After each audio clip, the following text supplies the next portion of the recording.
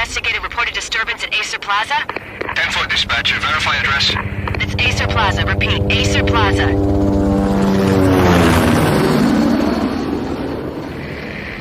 Shots fired on the rooftop. An assault in progress at Acer Plaza. Repeat, an assault in progress.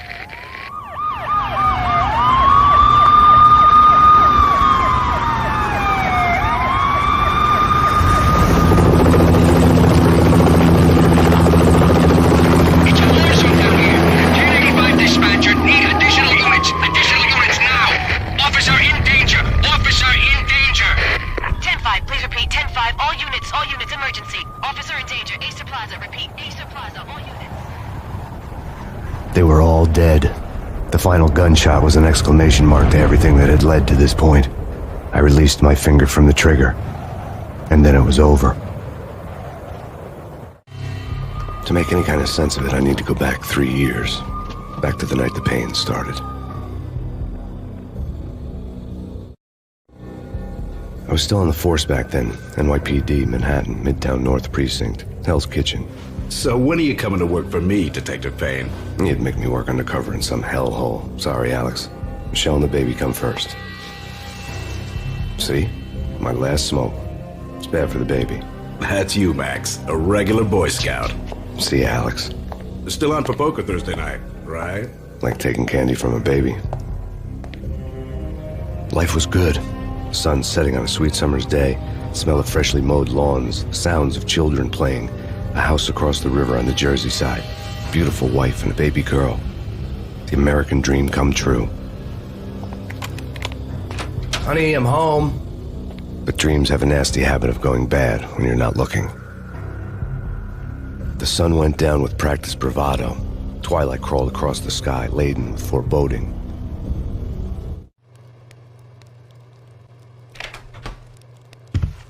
Michelle, honey, anybody home? I didn't like the way the show started. They'd given me the best seat in the house, front row center. What the hell? Something ugly had been tattooed on the wall, a map of things to come.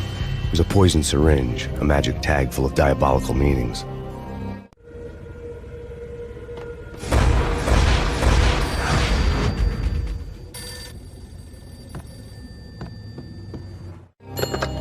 Listen, someone's broken into my house. Call 911. Is this the Payne residence? Yes, someone's broken into my house. They're still here. You have to... Good. I'm afraid I cannot help you. Who is this? Hello?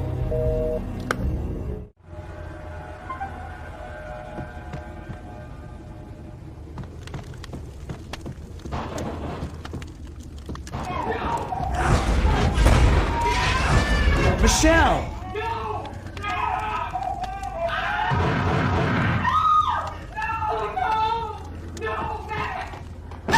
Michelle! Please! It's coming. Freeze! NYPD, drop it! Coming! Get it! No, please, God, no. The flesh of fallen angels!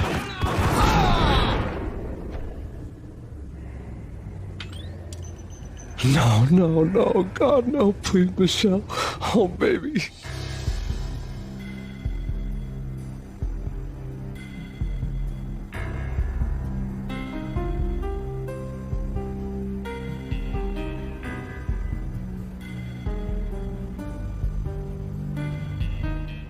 Ripped apart in a New York minute. The killer junkies had been high on a previously unknown designer drug, Valkyr, V. After the funeral, I told Alex I'd be transferring to the DEA. It took us 3 long years to get a break in the Valkyr case. Then, finally, 2 months ago, a dime dropper tipped us off that Jack Lupino, a mob boss in the Punchinello crime family, was trafficking.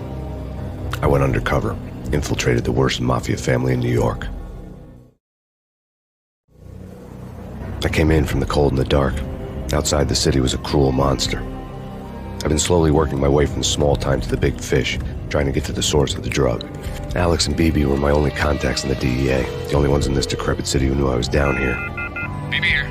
Something urgent has come up with Jack Lupino. You need to meet with Alex immediately at the Roscoe Street station. I hadn't had a face-to-face with Alex since I'd gone undercover.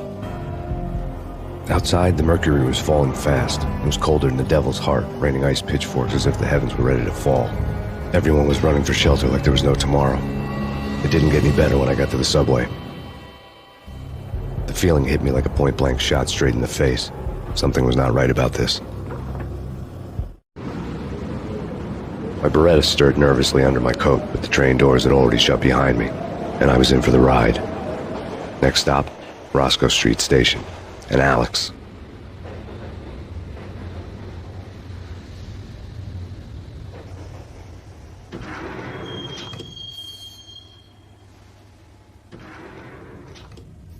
The station was drenched in gloom. Alex was a ghost, nowhere to be seen.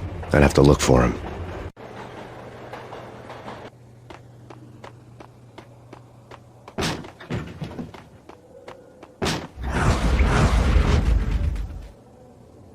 Death was in the air at Roscoe Street. I'd have to find Alex fast.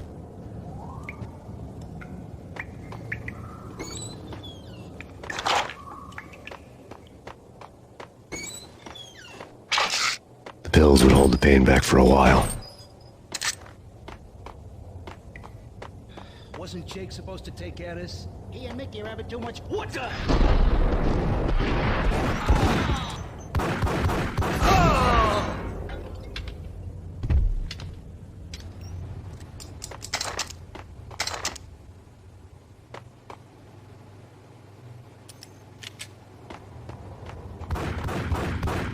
Yeah.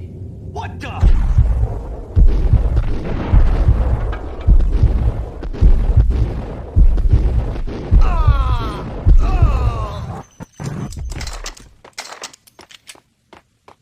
Yo, guys. Yo, guys. Yo!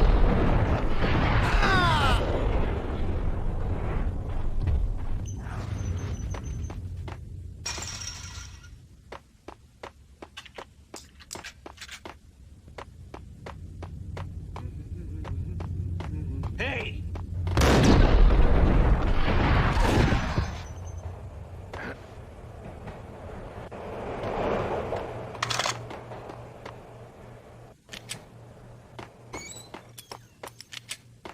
That's bad. That's bad. What the?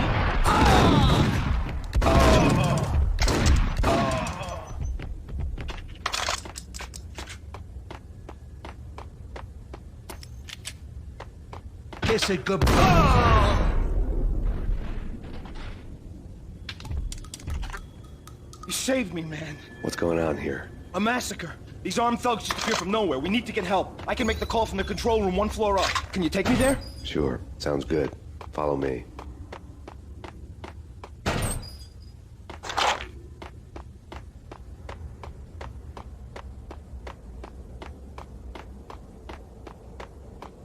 Hey, where are you going? The control room's up the stairs. There's no time to lose. We gotta get to the control room.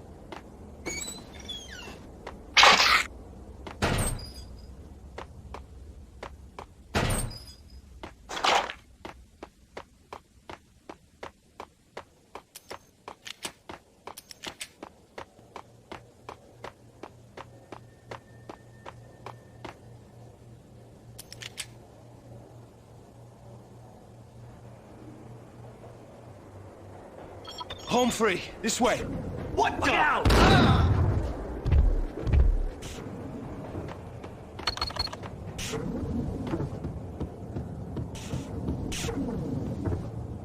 Got him down!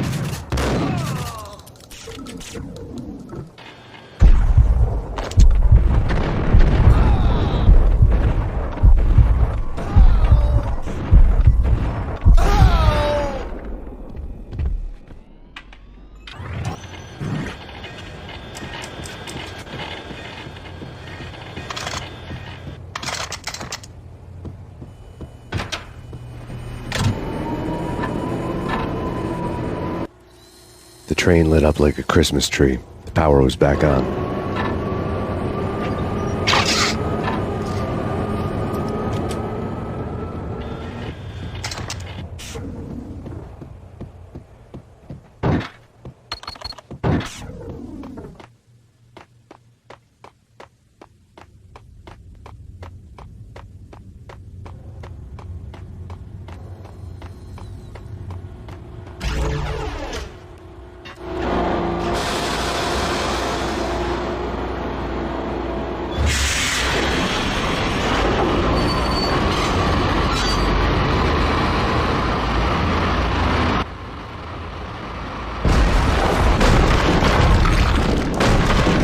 So much for being subtle.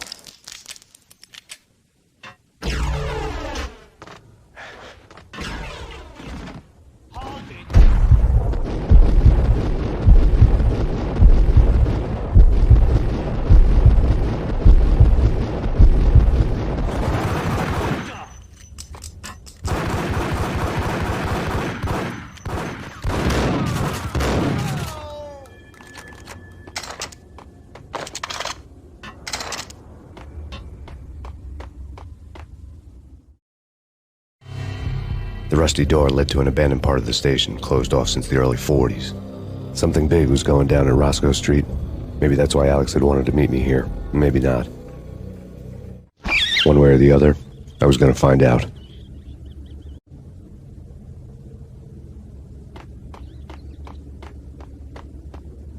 That's big. That's big. What the?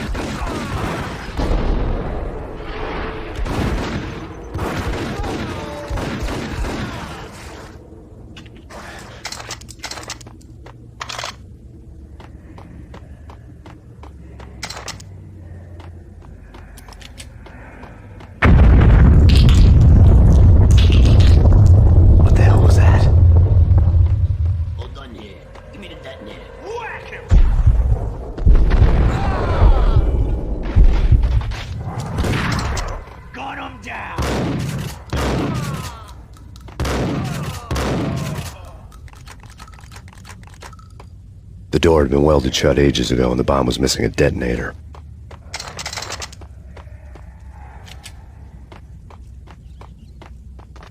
Okay, fellas. The police are on their way.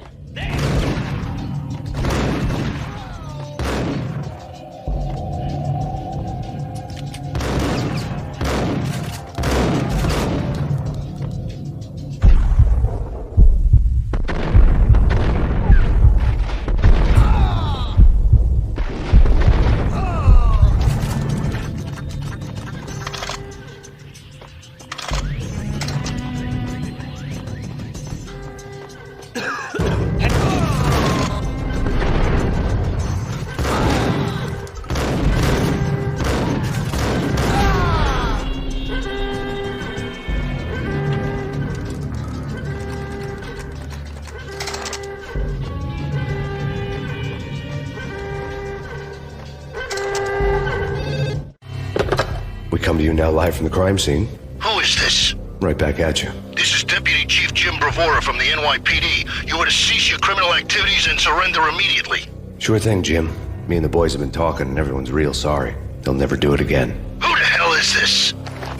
Being placed at the scene of a bank robbery wouldn't have tipped the odds in my favor.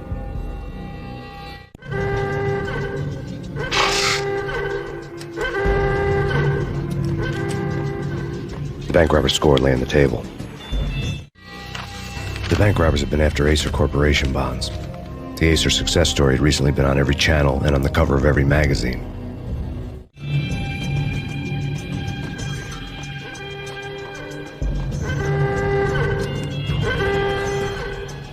The bank robbers had left their tools on the table. Judging by the detonators, the crooks had bought enough explosives to send Lady Liberty into orbit.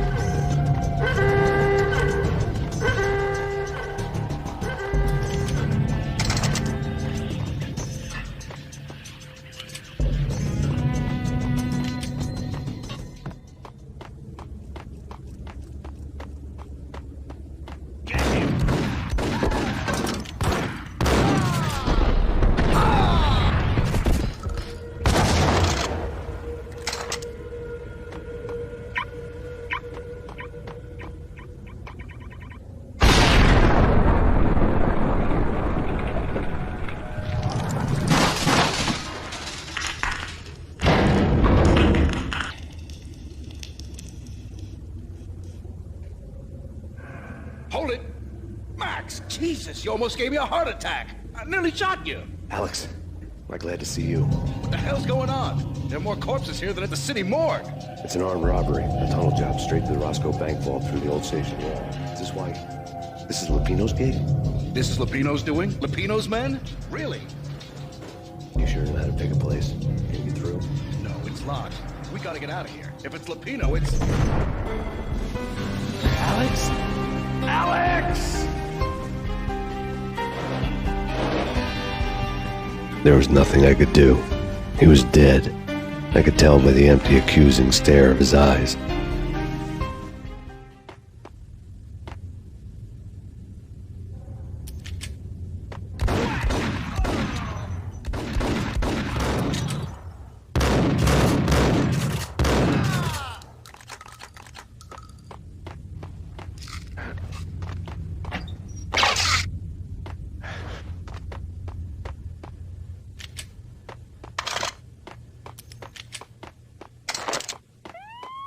Let's get the hell out of here!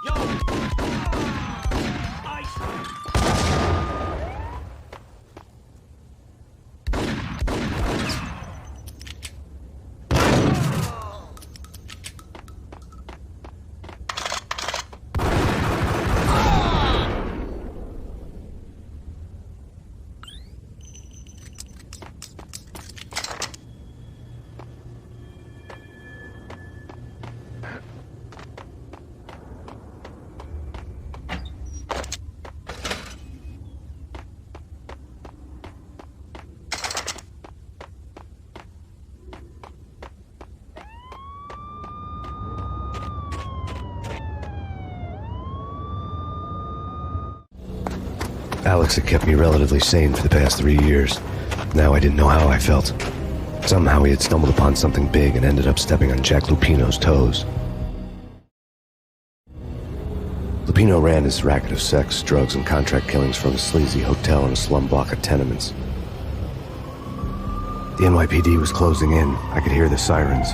Their wail was a crescendo. Lupino thought he could get us by taking Alex out and leaving me to take the fall for it. All he had gotten was my attention. I went for the hotel first. It was a sad old thing with flickering lamps and faded colors, cheap mobster punks and tired-eyed prostitutes. I walked straight in, playing at Bogart, like I'd done 100 times before. The place was run by a couple of murdering mobsters with shark smiles. The Finito brothers. Ladies and gentlemen, it's the pain in the butt. Pain to the max. You're killing me. Did you make that up yourselves, or you get some wino downstairs to come up with it? Don't answer that. A rhetorical question. I got something for the boss. Lupino around? That kind of depends on who's asking. A friend or a junk swap plan. But don't answer. It's one of them, how do you put it, rhetorical questions. Lupino ain't here, but he said bye. Lupino wasn't in his cheap hotel. Instead, I ran into the Finito brothers. My cover had been blown. The door slammed shut behind me. And then I was dodging bullets like raindrops. Pain in the butt. Ha-ha! Pain to the max. Junk swap plan. Got a ticket to Marble City for it. Even is lying down. Bring it in.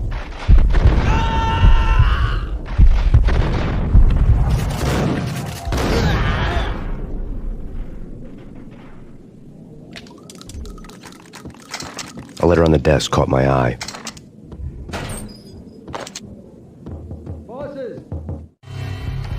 I had met Lupino only once. The gangster ran all his rackets through his right-hand man, Vinny Gagniti.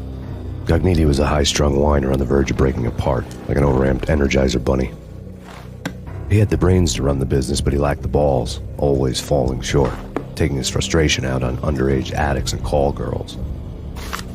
The V deal goes down at your hotel. Jack's exact words, quote, Vinny, you're in charge of this one, unquote. Rico Muerte's coming to see it through. Anything goes wrong and everybody's gonna get dead. Goes double for you. Treat this guy real good. Anything he wants, you give him. Don't screw this up or you're finito, finitos. A V deal meant added security, locked doors, and lots of nervous thugs with itchy trigger fingers. I'd seen nothing coming in, but that didn't mean it hadn't been there. Rico Muerte was a regular Kaiser Soze, a spook story told to keep the apes in line. 313. The Finitos had scribbled Muerte's room number on the note's margin. Everything all right? Bosses? Joey? Vigilio? You all right in there? They're not answering. Call the others. Tell them to come quick. Okay, but we can't wait for them. We gotta go in now. Bosses, we're coming in.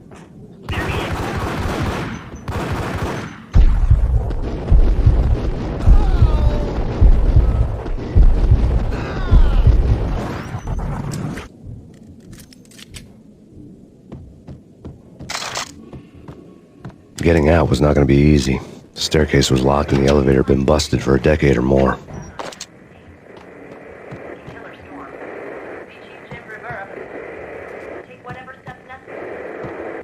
In his press conference today, the mayor stated that Valkyr represents a clear danger to New York and called for drastic actions to eliminate the problem. On today's top story, the Valkyr crisis worsens with the murder of DEA Special Agent Alex Balder. Special Agent Balder had been shot repeatedly from a point-blank range. The gunman has been identified as Max Payne. The noose is sure to tighten around this fugitive criminal as more NYPD units join the search to apprehend him. I had just gotten my 15 minutes of fame.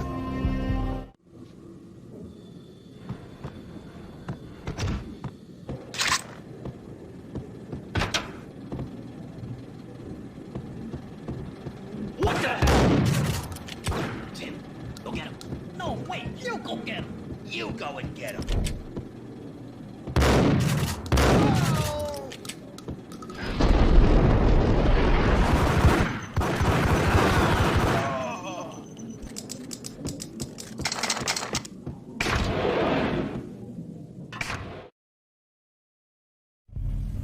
The old service elevator rumbled down to the bowels of Jack Lupino's hotel.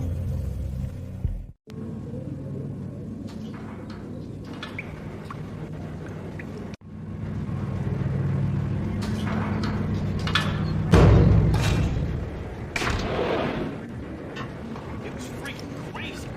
Nice up.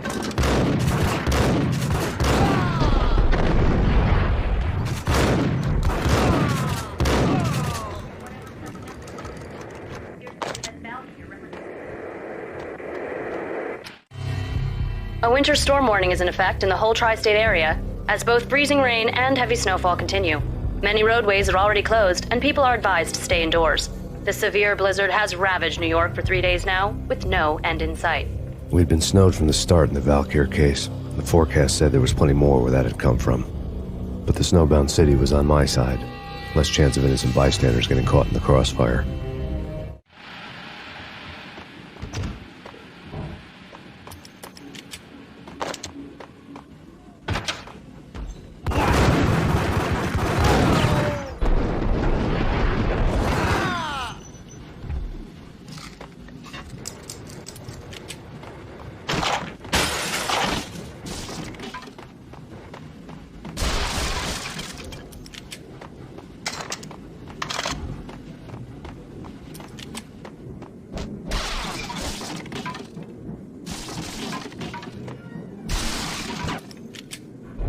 Hey, yeah. Exhibit number 1, a newspaper. A dead man tied to a chair lay on the boiler room floor. Captain Baseball Bat Boy has an unbeatable track record in superhero death matches. But a 6-pack of root beer gets me every time. The murder weapon was a baseball bat, now lying in a pool of drying blood next to a newspaper folded open on a Captain Baseball Bat Boy comic strip.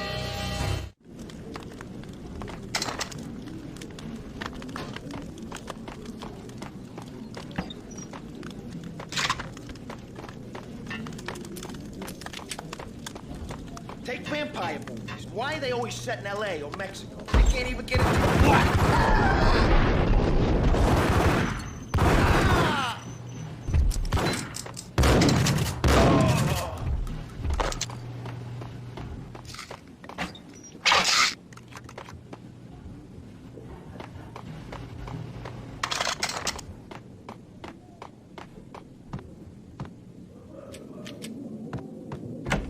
Shit with the guns. Trust me, you don't want to piss Muerte off. Gentlemen, let's do business. Green for green. Cheers at green-eyed angels. Amen.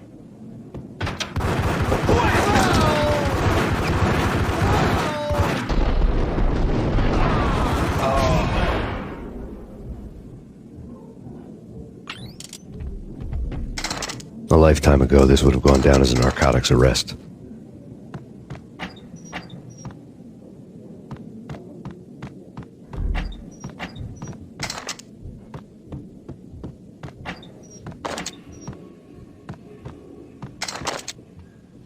dirty money. The transparent cylinders glowed green, full of Valkyr. There was a key on the table.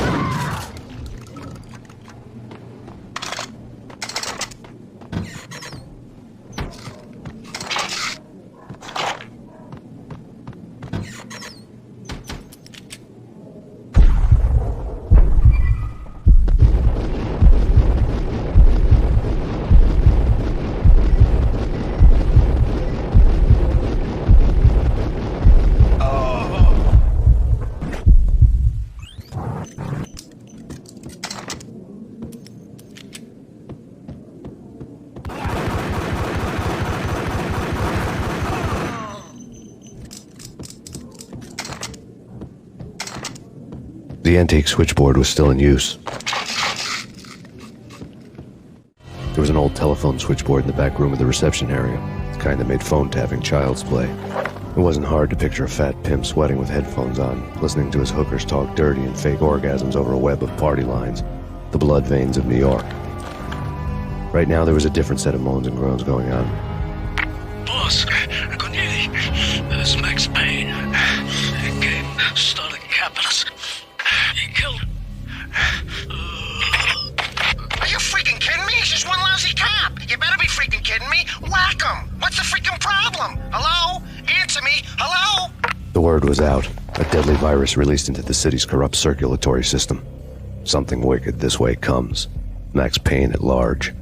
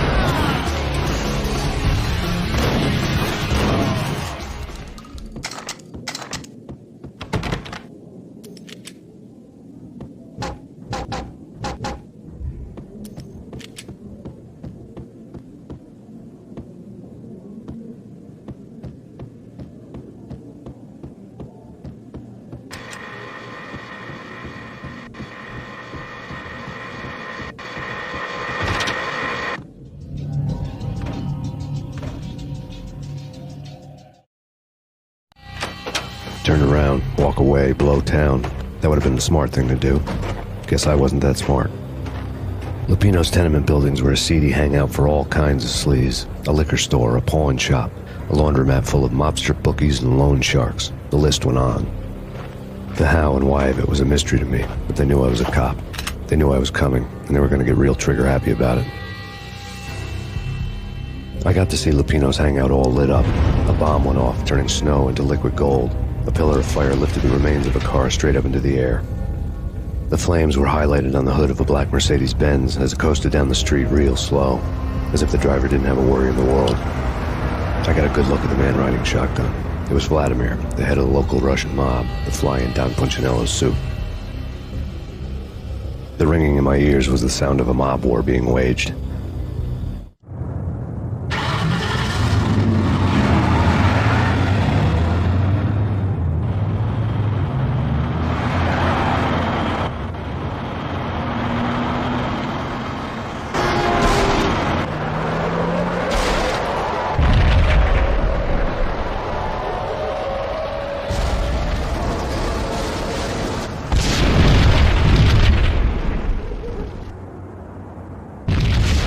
Another bomb exploded inside the closest slum building. It was a lucky break.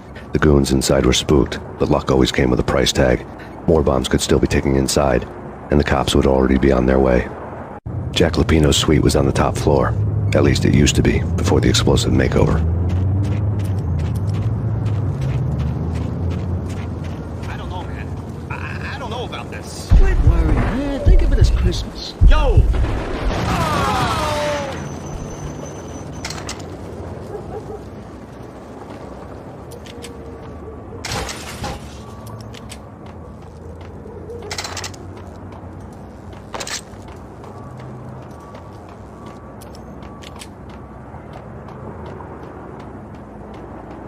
The headlines were a depressing read.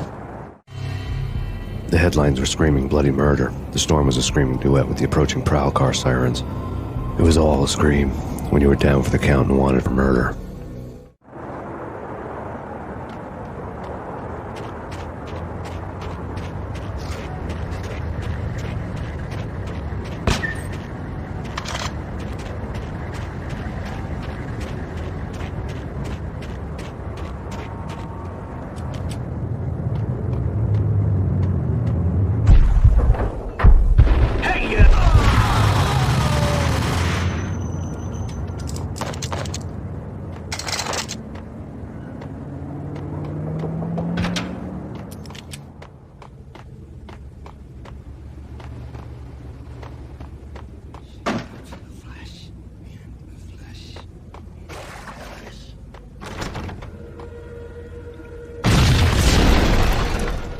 The whole building was rigged with explosives.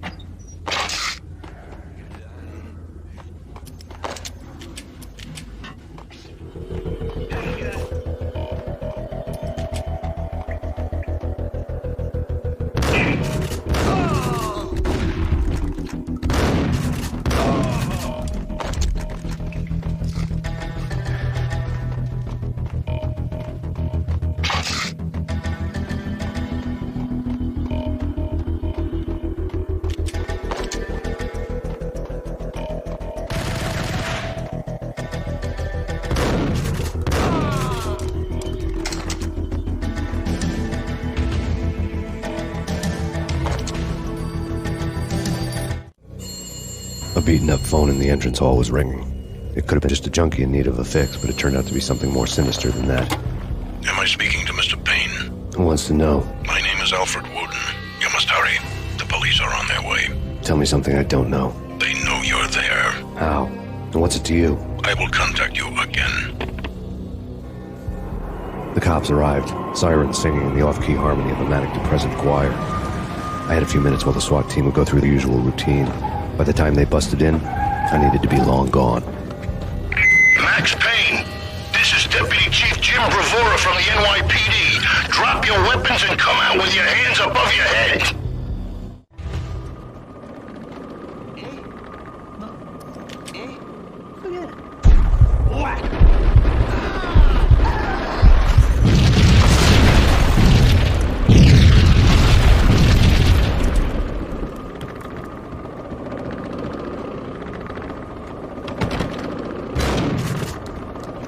Someone had left a letter on the counter.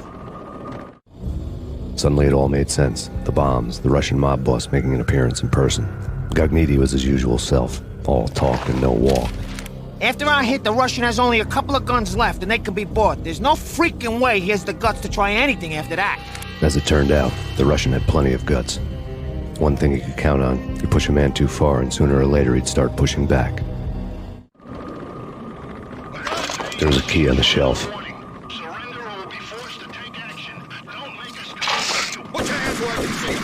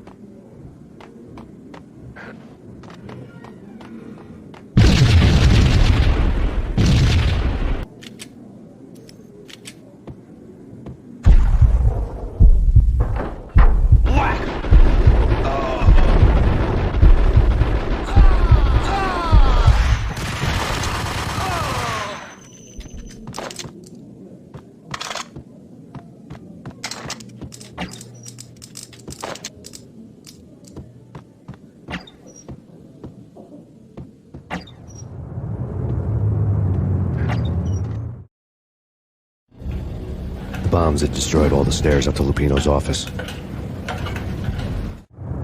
The alternate route led there by way of adjoining rooftops.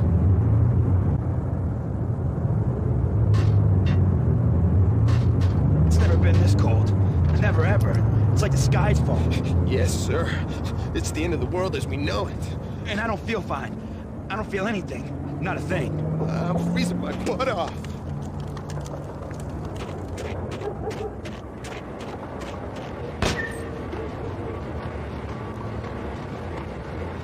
To get to the roof, I'd need to get to the elevator through the locked door up ahead. Pizza delivery. Never seen you before. Buzz off, Joker.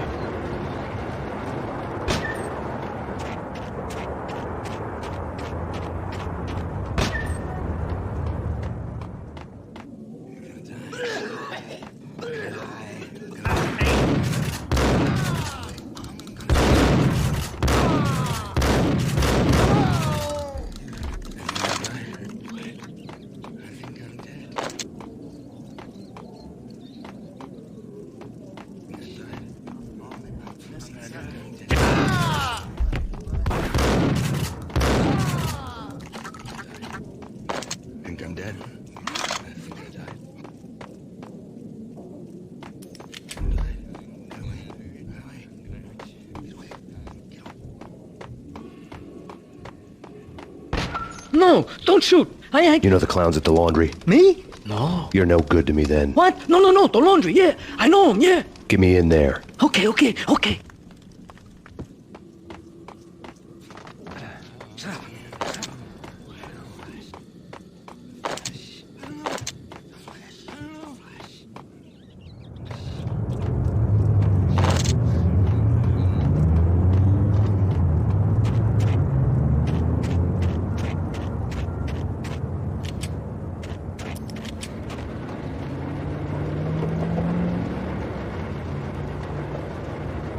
It's me. Open up. Let me in, quick. Not so fast. The password. John who? Come on. Okay, John Woo. All right. Come right in. It's a trap! There he is.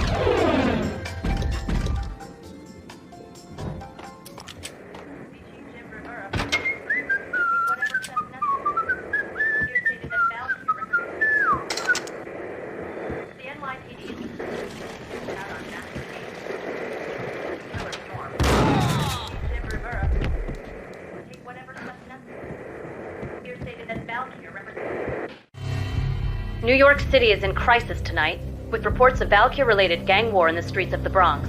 Apparently, Max Payne, wanted for questioning in connection with the slaying of a DEA special agent earlier tonight, is waging a one-man war against his former partners in crime. Among the list of casualties so far are notorious mafia members Joey and Virgilio Finito, as well as Rico Muerte, himself a fugitive from the law, and a suspect for several murders in the Chicago area. The NYPD has been placed on full alert. A citywide APB has been put out on Max Payne. Deputy Chief Jim Bravura has promised to take whatever steps necessary to bring him to justice. What those steps may be remains to be seen. For NYCNN TV News, this is Kira Silver.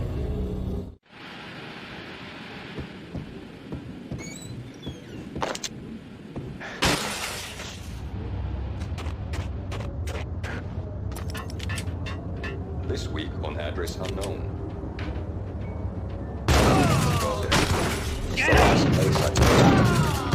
That's where I was anyway. Only, it's not me talking to the pink flamingo, but someone who looks the part down to the finest detail, except that he's evil.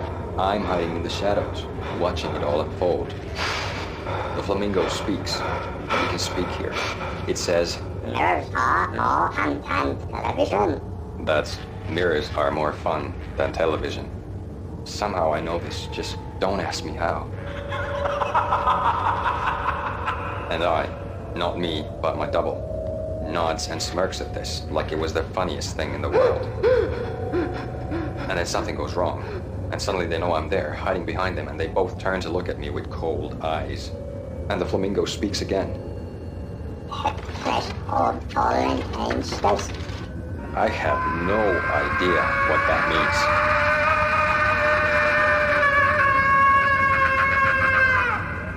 And that's when I always wake up to my own scream, in that brightly lit white hospital room, strapped to my bed.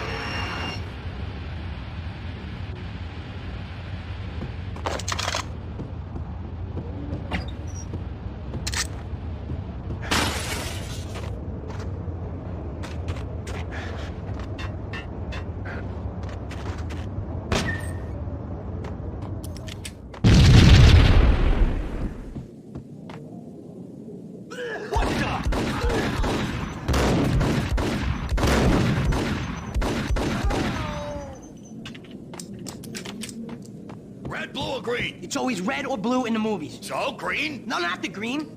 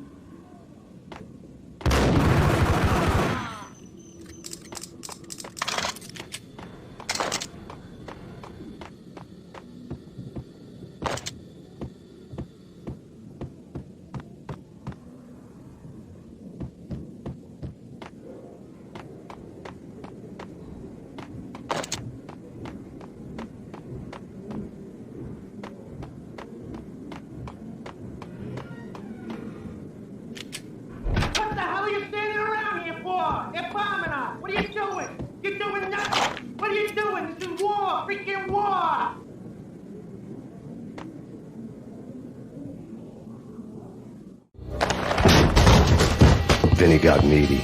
Just the man I've been killing to see. Payne? Freaking fed! I knew from day one there was something screwy about you. What do you think you're doing? You're a freaking cop. You ain't got squat on us. You can't just come in here waving your piece like it meant something.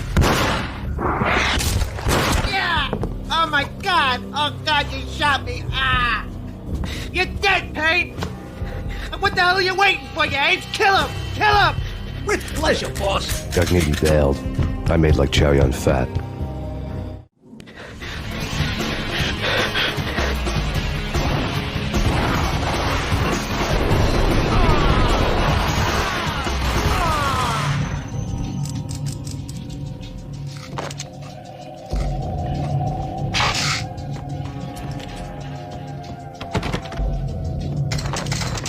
A crumpled letter lay on Gugneedy's desk. The letter was addressed to Don Punchinello, but Vinny had never had the nerve to finish it. Jack's gone voodoo. Just the other night, he shot Dino because he wanted to see what his brains looked like splattered on the wall. He's a freaking mad dog. We're running out of men and business fast. Gugnetti had been living in mortal fear of his boss. Jack Lupino was a psycho.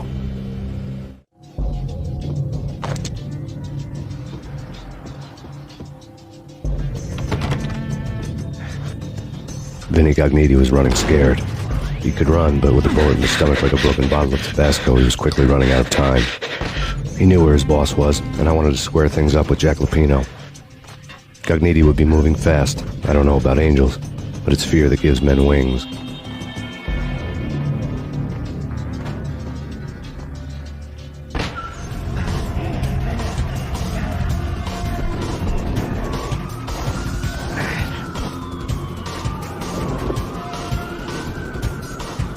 Gugnetti hitched a ride. To catch him, I'd have to follow his lead.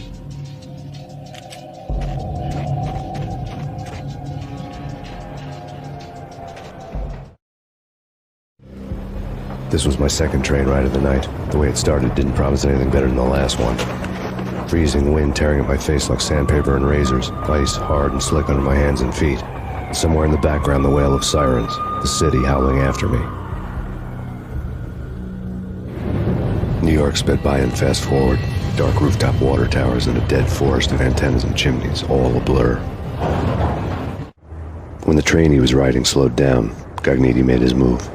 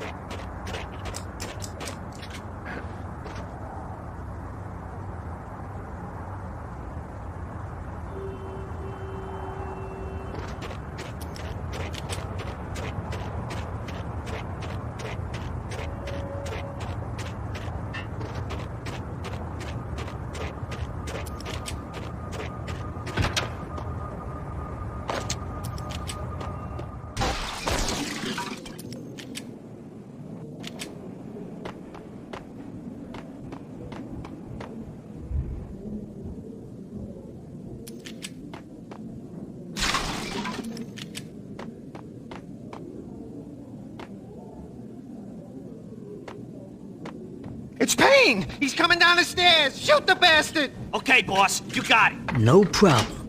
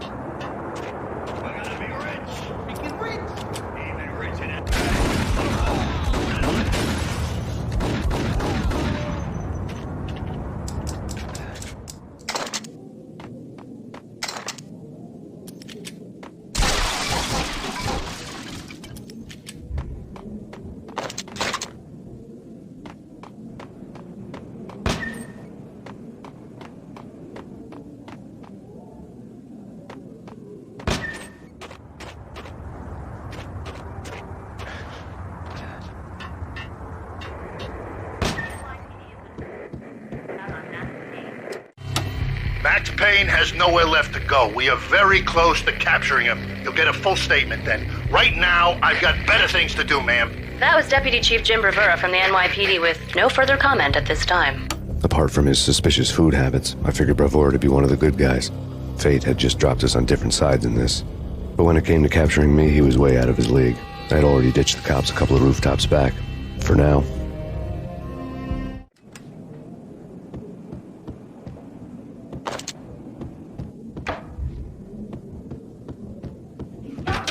I can hear him. Ready? Pointing at the door. Okay, this is it. Any moment now, Payne's gonna bust through that door with murder in his eye. It's either him or us. I, for one, am gonna pump the SOB so full of lead, they'll need a forklift to carry the coffin to the grave. Damn it! Payne! I'll kill you, you lousy freaking...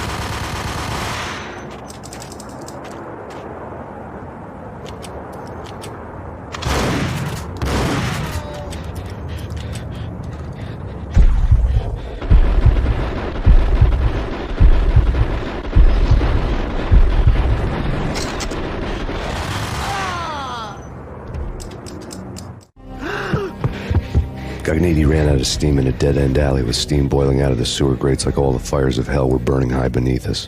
It was shakedown time. Where's Lupino? Screw you! Bad start, Vinny. Police brutality! I rate pretty high on that. You can't just hurt me in cold blood? Just keep telling yourself that. Listen good, Candyman. I'm not gonna be anybody's fall guy. I want to know where your boss is hiding. There was no glory in this. I hadn't asked for this crap. Trouble had come to me in big dark swarms. The good and the just were like gold dust in the city. I had no illusions. I was not one of them. I was no hero. Just me and the gun and the crook. My options had decreased to a singular course. I'll tell you, just don't hurt me no more.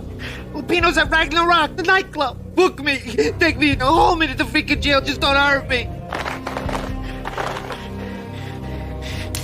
Your rights will be ready at your funeral. Ragnarok was Lupino's private nightclub, a den of drugs built into an old theater. I knew what waited inside. V had junkies ready to explode in random acts of senseless violence, and Lupino's goon squad, the worst stone-cold killers this side of hell. Ragnarok was as inviting as a headache, flickering and flashing to a machine gun beat. The belly of a nightclub was a gothic theme park that began with bondage games and led to the nasty stuff from there. As subtle with its dark message as a cop killer bullet through the heart, like father, like son, just like Jack Lupino.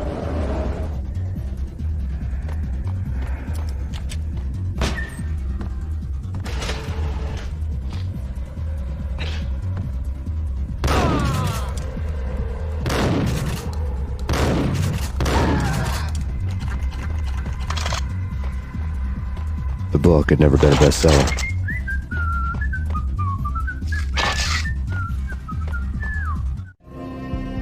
Given the setting, I was surprised to find that somebody had been passing time reading. The paperback was entitled, The Age of Murder and Storm. The blurb on the back mentioned Norse mythos and Ragnarok, the end of a Viking world with a terrible winter that covered the earth in ice, when vile crimes were rampant and all humanity lost.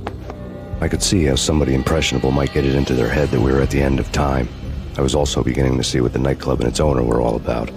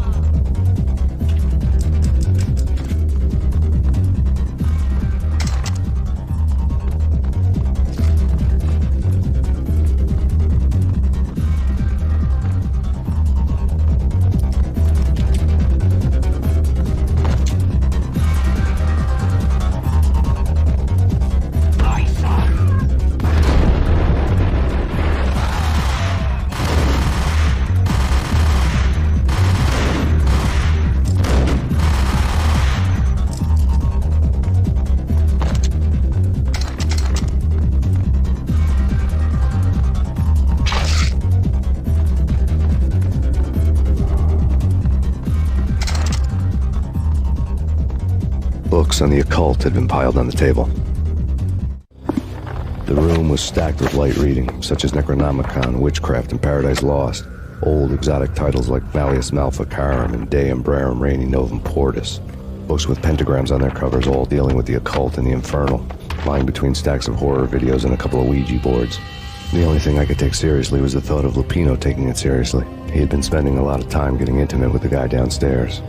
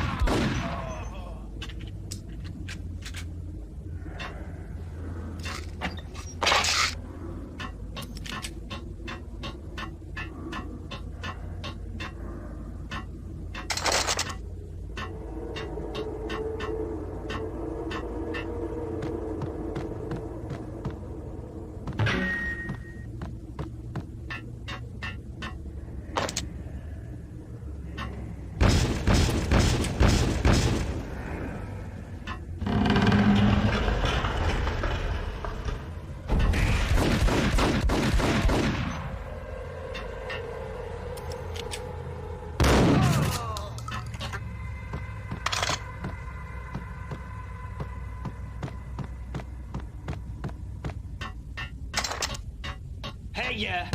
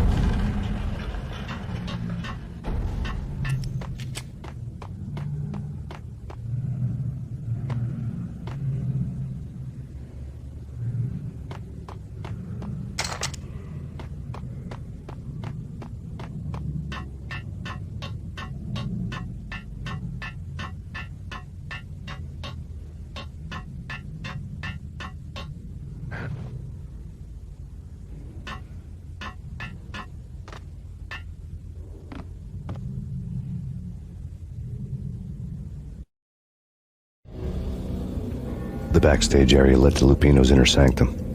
The hot air inside was like an invisible wall, thick with incense and something else, a sickly sweet smell that made you gag.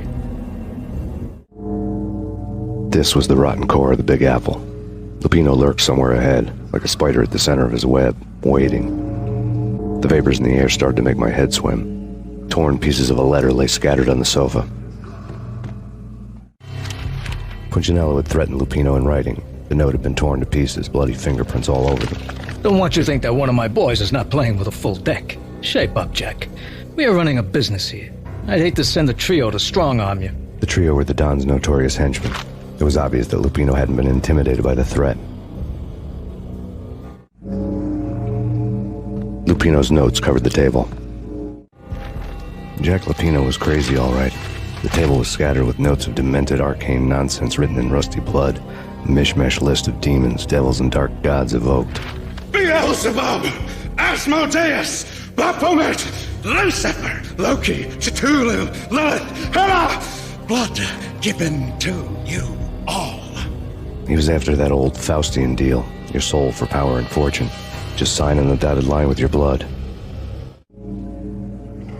Lupino's notebook lay on the pedestal. Jack Lupino was crazy, all right. Mythic wolves, let loose to devour the sun and the moon. Lupino is the wolf. I'm Mr. Beast, the big bad Fenris wolf. I'm the end of the world man, wearing the flesh of fallen angels. After Y2K, the end of the world had become a cliche. But who was I to talk? A brooding underdog avenger alone against an empire of evil, out to right a grave injustice. Everything was subjective. There were only personal apocalypses. Nothing is a cliche when it's happening to you. The flesh of fallen angels! Come to me all! Astaroth, Beelzebub, Asmodeus, Baphomet, Lucifer, Loki, Satan, Cthulhu, Lilith, Hela! Blood to you all! Secrets. Of reality. I've seen it. The corruption of flesh. Oh! I'm the wolf, yeah! I am the wolf! It's close. It's coming. You have come. A witness to the end of time. It's now! I will rise to her side! I don't need the words! I'm beyond the words!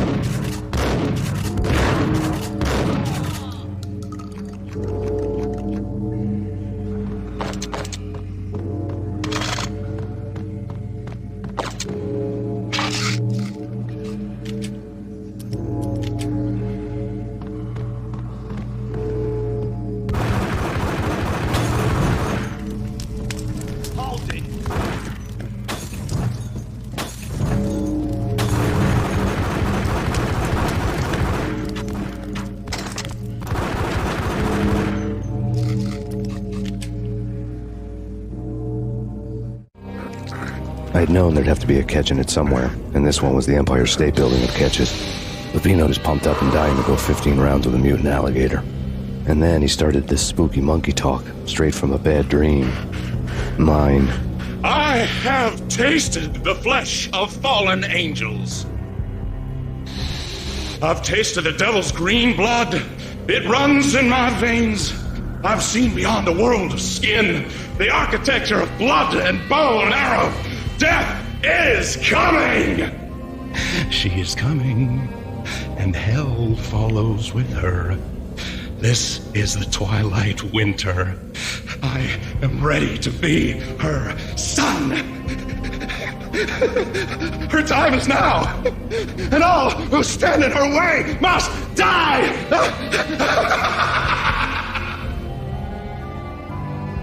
Die! You'll die! You'll die! Now! All die!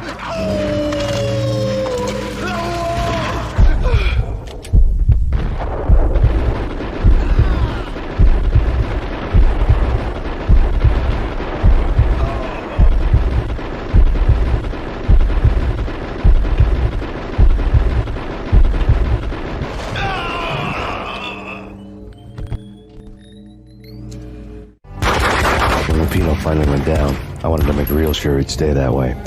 B was a bad monster. Turned them into friggin' zombie demons from outer space. I think he's dead already. Huh? And that's when it happened. But dead or not, you've got the wrong guy. In stepped this knockout femme fatale, holding a gun to my face. I returned the favor. Lisa Punchinello. Lisa Punchinello was the Don's wife. Mona Sachs. Lisa's evil twin. Your safety's off, evil twin. You might hurt someone with that gun of yours. Lisa's the damsel in distress. I'm the professional. I'd blow you away without batting an eye. Sure, and you can check out my credentials splattered all over this joint. Jack couldn't have framed you. Not the state he was in. We're after the same slime bag. Angelo Punchinello's the one who murdered your friend and framed you with it. You know this for a fact? I've got my sources. I don't have a clue these days. I just shoot them as they come. Who put a contract on the Archfiend? This one's mine. I hate the guts of that sadistic wife-beater. Why not pool our bullets for this one? I thought you'd never ask. My finger was starting to twitch. How do you like your whiskey? I'm easy, as long as you don't try to slip me a Mickey. You're a real angel, Max. It was good stuff. Tasted sweet as honey going down. Nothing personal. Can't risk you going berserk and getting Lisa killed.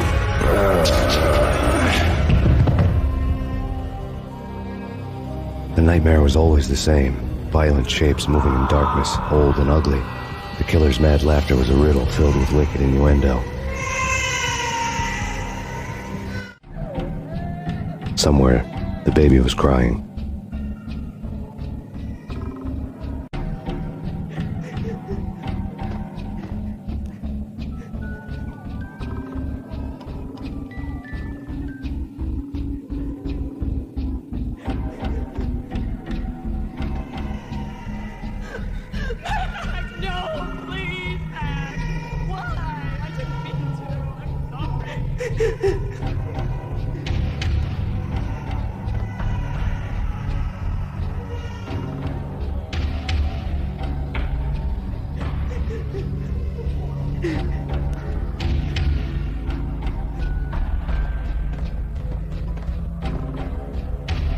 Should have known it when we found you snoring next to Lupino's corpse. A comedian, huh? The pictures were filled with good old times.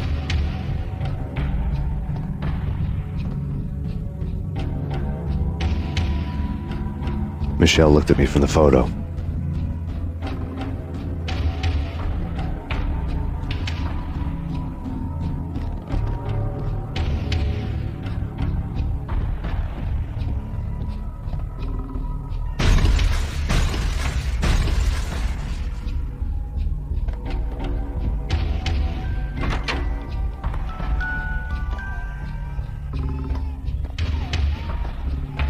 I really love to watch cartoons. Captain Baseball Bat Boy's my favorite.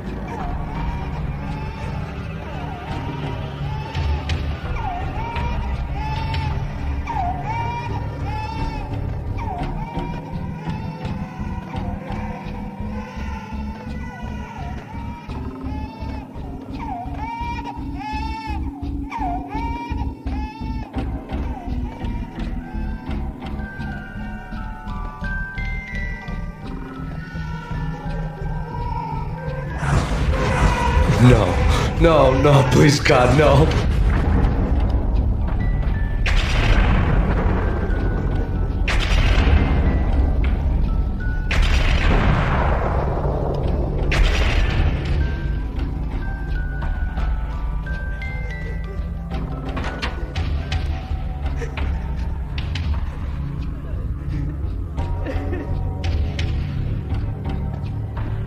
Slice them, dice them, shoot them full of holes, blow them to bits, vaporize them, disintegrate them. No matter what you do, they'll still be back, good as new.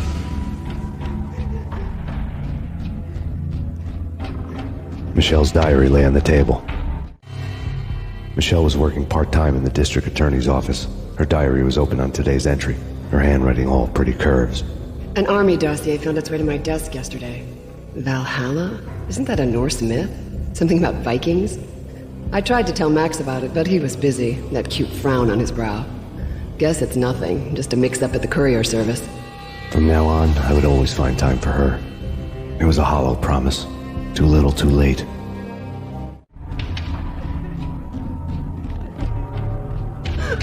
Max, no, please, Max! Why? I didn't mean to. I'm sorry.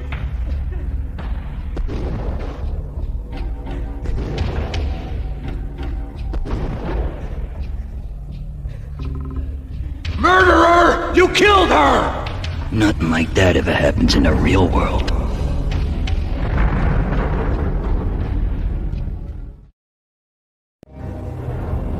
I woke up in a bad dream.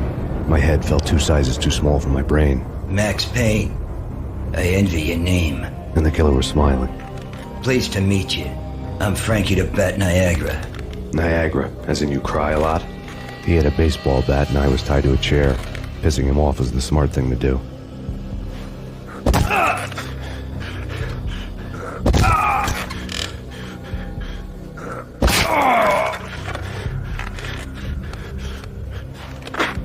Nothing wrong with a little laugh now and then. Take me, for example. I love to watch cartoons. Cartoon violence is a fascinating thing. Let's take a break. I need to take a leak and maybe grab a cold one at the bar. Don't worry. I'll be back to finish this off. And then, it's checkout time. You play, you pay, you bastard.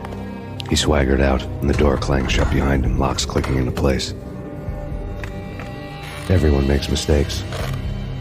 Mine hadn't been to crack jokes about the goon with the bat. He'd have cracked my skull regardless. It hadn't even been to trust a girl with a gun. I had blindly gone after the first bad guy on my hit list when I should have been aiming further up the ladder, at the head of the Punchinello family. I couldn't bring myself to be pissed at Mona. Guess I had a soft spot for a pretty face. But when somebody decides to play baseball with your head, you tend to get sore. They had dragged me back to the basement of Lupino's hotel. I was beaten, bruised, and blue. I felt like the chair I had broken to get free.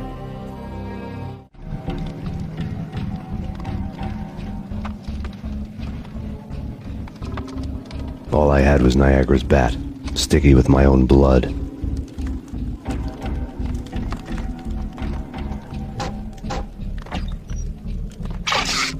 Without a gun, I'd be no match for Frankie's men. I'd have to play hide and seek with them.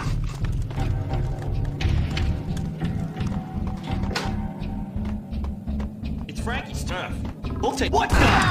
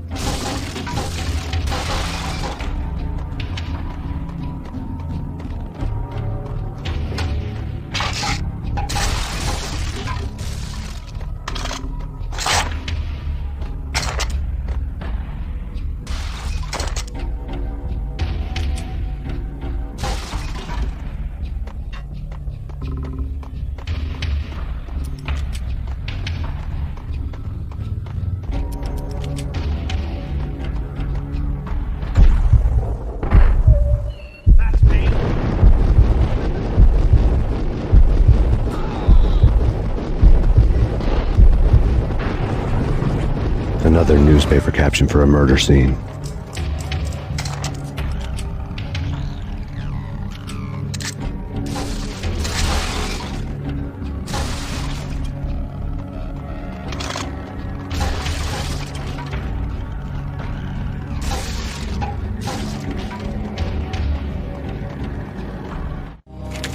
Frankie had left his calling card, a Captain Baseball bat boy strip, next to a sewer passage filled with bodies. You'd better not mess with Captain Baseball Bat Boy. Even my archenemy, Bicycle Helmet Girl, swoons at the sight of me. Aha! There were enough corpses to put a mass murderer to shame.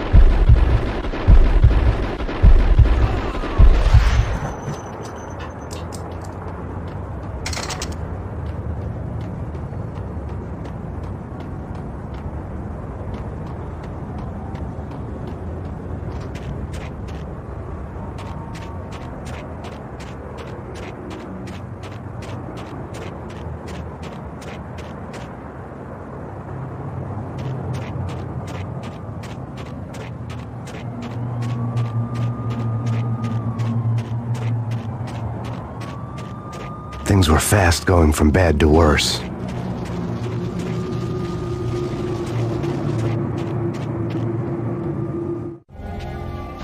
The men in blue had come and gone. They had decorated the place with chalk outlines and tied it together with yellow tape. The cops who had stayed behind were dead. Frankie, his boys, and I had the place all for ourselves.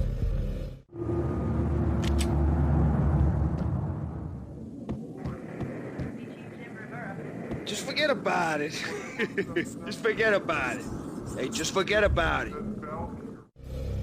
That crazy witch, you should have heard her. She was a real scream when the boys caught her trying to cap the Don. Oh, that's freaking bad. To the trio? That's even worse than what Frankie's doing to that poor bastard downstairs. She's gonna take a long time to die. The mobster muscle on the phone was talking about Mona. Punchinello's trio were nothing but bad news.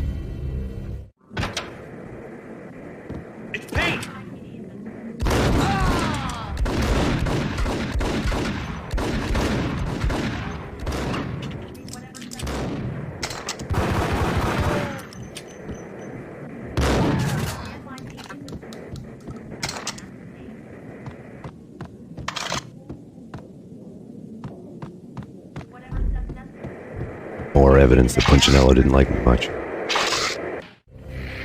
The fact remains that all the victims so far identified in the Ragnarok shooting have been known criminals, many of whom had large doses of V in their blood. Reliable sources say that Max Payne was also among those killed, although no body has been recovered at this time. Reliable sources.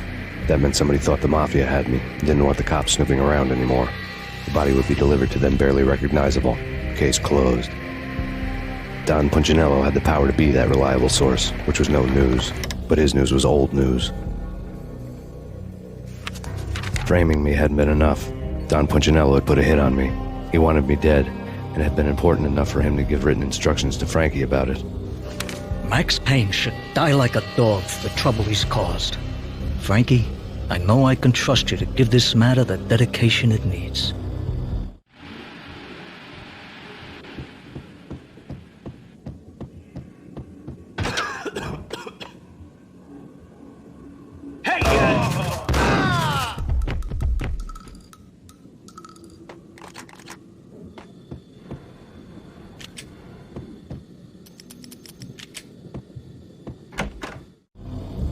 The hotel bar was fast developing quite a history. True to his words, Frankie was there, having a beer. Jesus Christ. How the hell did you get loose? Got bored waiting. Thought, what the hell, we could just as well finish this here.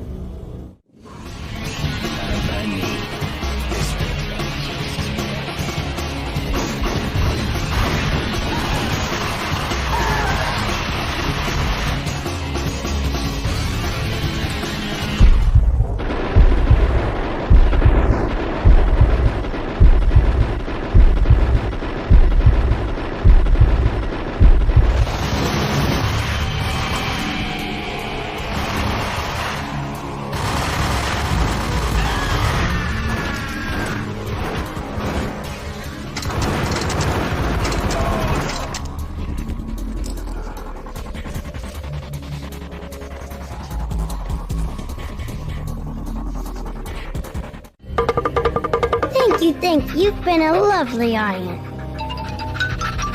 Had enough? I don't play with girls anyway. Unfair! I spotted the tail as soon as I left the hotel. A big black Mercedes. I'd seen the car before. That time it had heralded impressive explosions. Vladimir was back. Bang! You're dead, Max Payne. I might have laughed if I remembered how. What's this supposed to be? Cops and robbers? Look, you want something with me? Get in line. Peace, man. Relax. You know you are a real news item. Armed and dangerous. I am going to make you an offer you can't refuse. I've always wanted to say that. It's a bum rap. I've been framed. That's a moot point. Whatever you did or did not do, I'm sure you had good reason for doing it. Want to hear me out? I'm listening. Punchinello messing with V is bad for business all around. But that's not all. There is this guy, Boris Dime, used to pull jobs for me. He's the captain of the cargo ship Charon. Now the bastard turncoat has gone over to the other side, Punchinello's. The ship's loaded with high-res hardware, guns, my business. If Punchinello gets hold of that cargo, he's won and I have lost. And you'll have your work cut out for you. If you want to get to Punchinello, you'll need heavy-duty persuaders. I am just the man to get them for you. Change the ship back under my flag, maybe pop 2 in the traitor Dime's head while you're at it. You'll get enough guns to start the apocalypse. You in or out? Let's get this show on the road. Vladimir was one of those old-time bad guys with honor and morals, which made him almost one of the good guys. None of us was a saint. The Brooklyn riverfront was a maze of rusty containers, sharp-boned cranes looming up from the snowstorm. On a night like this, you couldn't help but think of the dark army of dead men sleeping with the fishes, cement shoes in line. No Minotaur lurked in this labyrinth, but somewhere out there, on the clanking deck of his cargo freighter, the skipper of the Chiron was waiting, like the ferryman of the river Styx.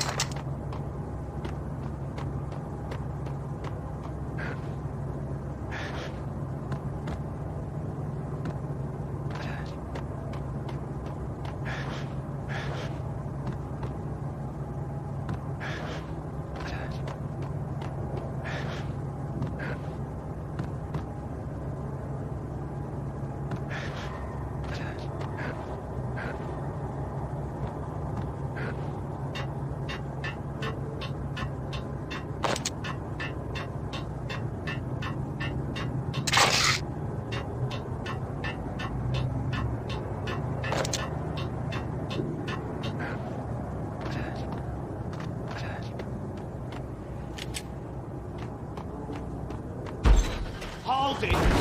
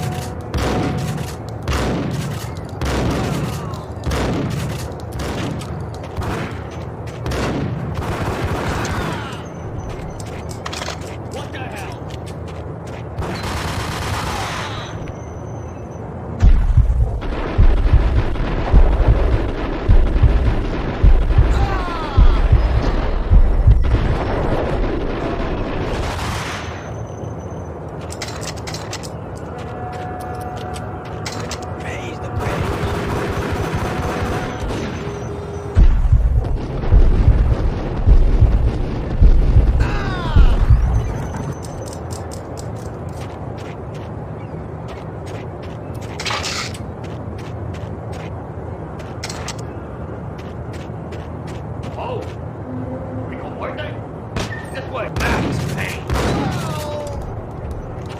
I doubted the letter was a receipt.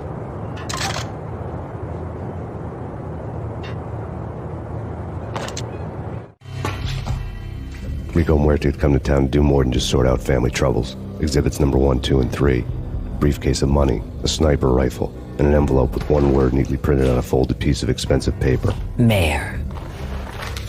It didn't sound like a mafia contract at all. It was too cold and too to the point.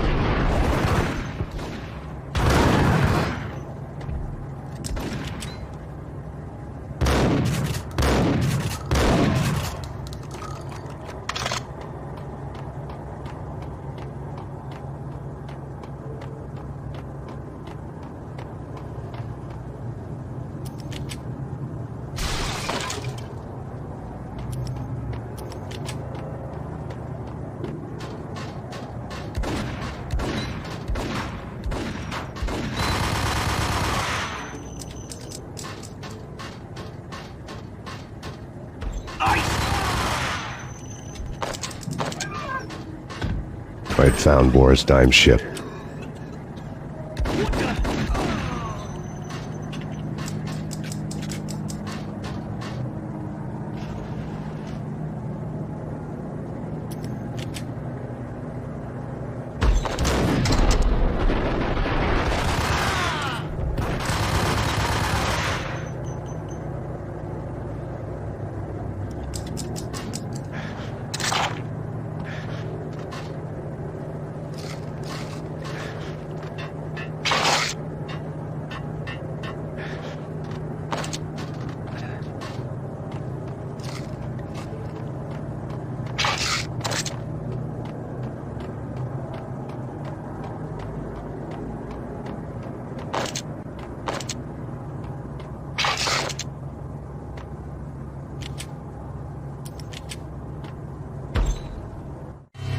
Rust had crept over the sides of the cargo steamer a long time ago. Boris Dime would be on board. I'd have to smoke half of his crew to even get near the gangplank. The guns were probably being kept in the hold, buried amidst the rats and oily water.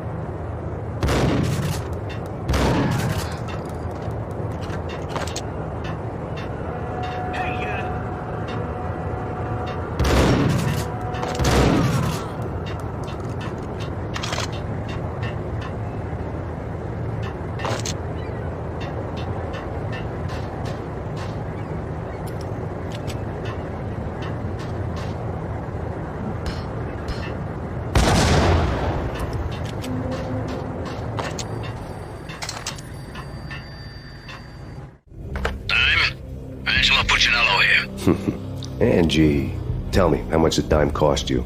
I bet it was more than his name. Max Payne. Right the first time. You're dead, punk. You sure you're not confusing me with Boris here? But you are right, of course. Pretty soon we should get together and have a talk. You son of a... Pissing Punchinello off was a dangerous game, but when people get mad, they make mistakes. I should know. That's where I wanted Punchinello, mad enough to trip over his own feet, preferably into a grave.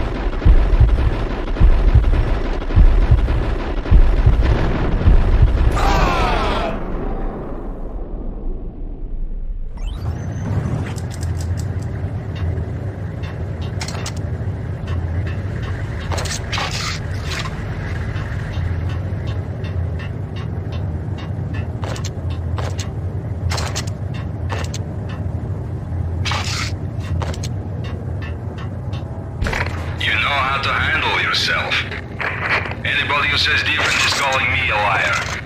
Glad you're here. Collect all the guns and ammo you want. Meet me on the bridge afterwards.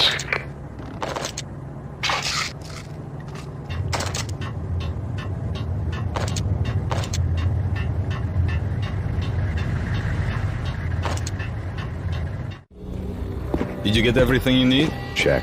I owe you. Anything you need. This is my solo. When I'm through, Punchinello won't be anybody's problem anymore. Clear as vodka. But anytime you get between a rock and a hard place, just whistle.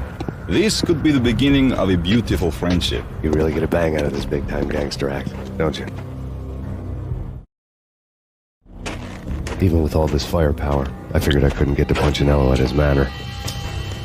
I could only hope that he wouldn't pass a chance to hear me beg to see he's won. This is Max Payne. I want to cut a deal. Payne, you're a dead man. That's what everybody keeps telling me. I got your ship and her cargo. I want to meet. No pain, no gain. Capiche? You know my restaurant? Yeah, I know it. 1 hour. Punchinello's restaurant had seen better days. Snow was falling like ashes from post-apocalyptic skies, but that was outside. Things would soon get hot in the Don's restaurant. I knew it was a long shot, Angelo Punchinello actually showing up, but there was no crime in hoping.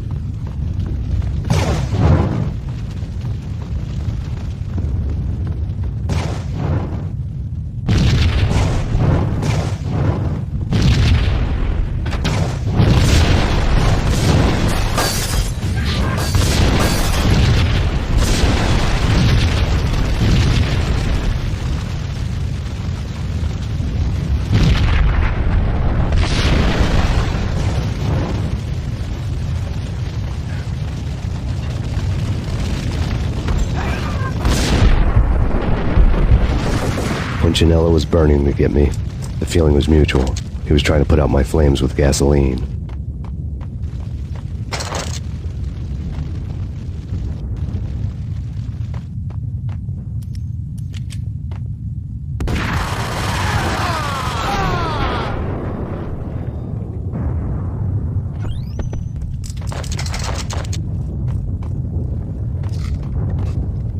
The mobsters have been guarding a real treasure.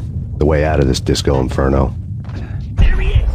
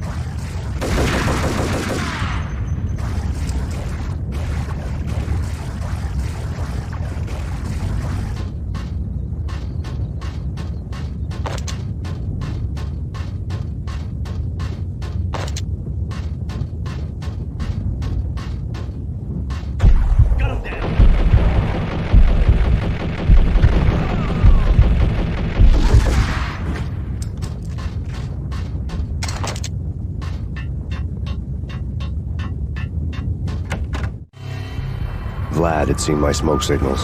The Mercedes was revving to go, almost drowning out the banshee wail of the sirens. You coming? We'll drop you off at the Punchinello Manor. Sounds good to me. When this is over, look me up. I could use a professional like you. I'll keep that in mind. The night groaned with cold. The garden lights flickered nervously. In their light, the falling snow was dead white before the darkness ate it up. I had heard the stories. The trio were mad dogs. They'd have hung the heads of their enemies over the manor gates if the capo had only let them. Punchinello wanted pain. He'd see the pain.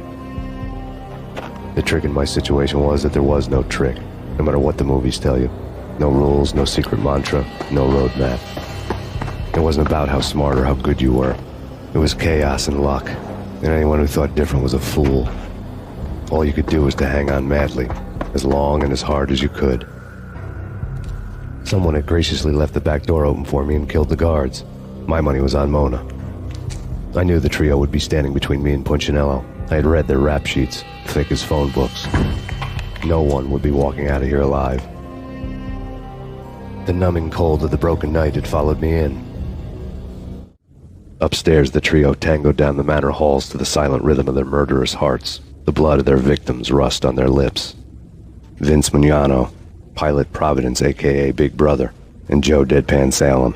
The pistol was a frozen lump in my hand, piercing the skin, gnawing me to the bone.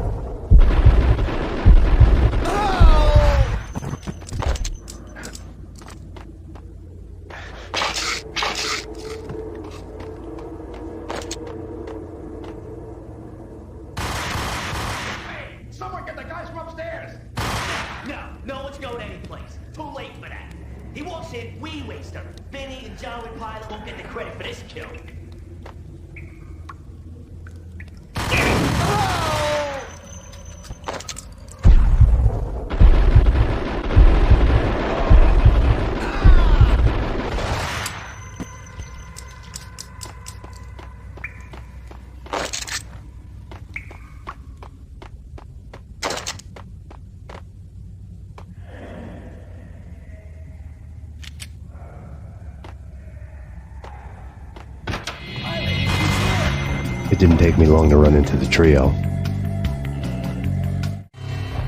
The word on Lisa Punchinello was that she was a bit of a witch. The tarot cards on the kitchen table fit the picture. They weren't my kind of cards, but I was willing to take a crack at the hand Mrs. Punchinello had dealt. The first card was the tower. Maybe that was supposed to be the manor. It got easy after that. The devil was the master of the house, and death was me, coming for him.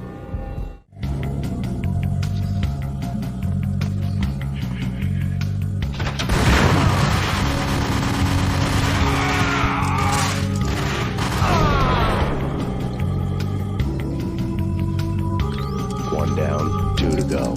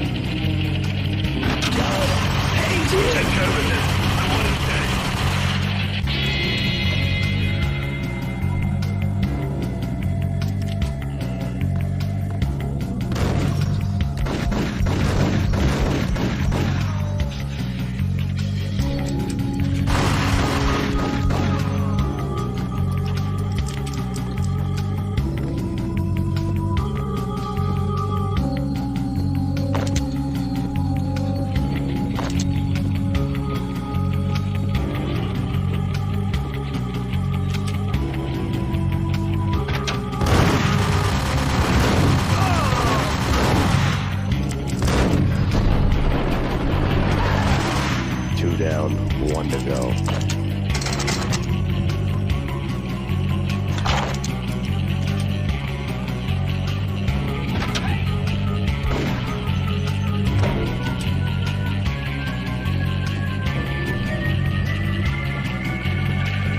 Don't stop at him!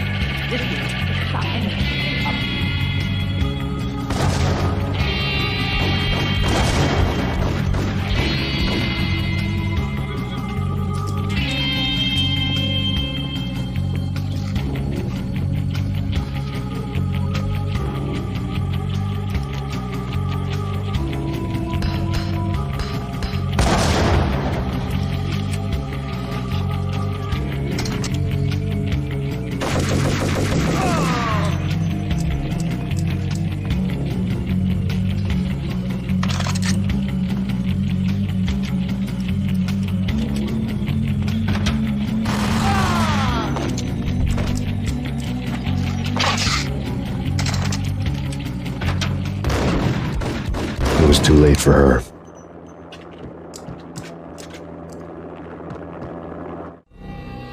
You're a real angel, Max. I couldn't tell whether it was Mona or her sister. The body was a mess. The sick bastard had really gotten a kick out of it. Seeing her lying there got me thinking about another woman's body on another bed. Got me thinking about a fallen cradle.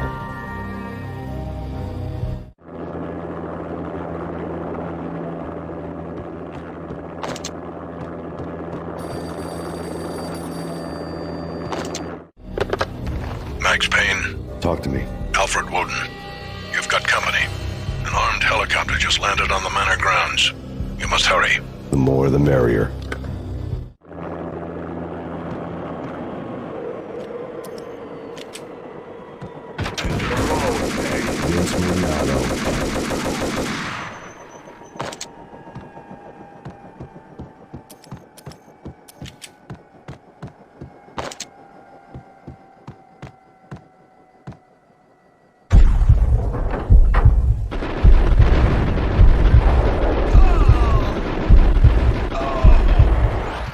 Punchinello's trio was done for.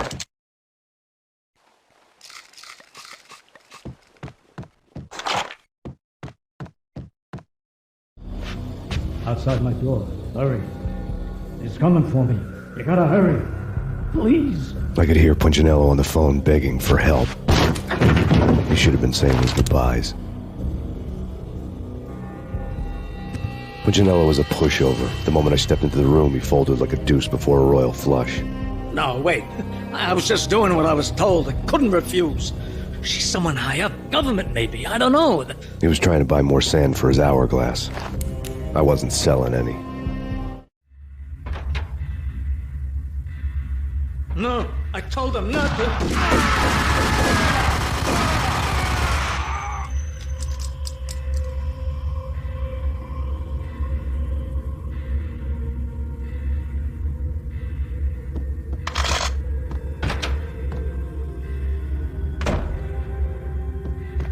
Drop it. Don't move. Game over, Max Payne. I could tell when I was outgunned. It was time to take another beating. The mystery witch was a real barracuda. Trouble in dagger heels, a smoking assault rifle in her hand, and an army of killer suits behind her. How sweet. I get to kill two birds with one stone. Sooner or later, it was going to catch up with you. Mr. Payne, it's time to show you the benefits of my brew. Be a good boy now. You'd find that Lady Luck was really a hooker. You were fresh out of cash.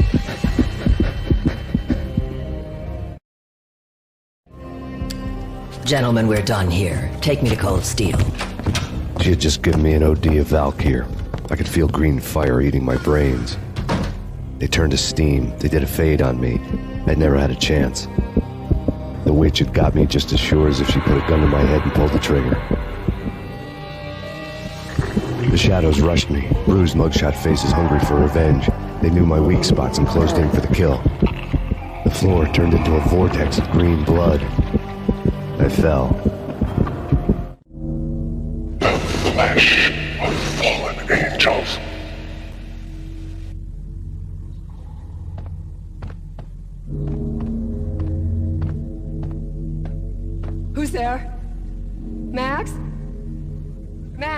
that you?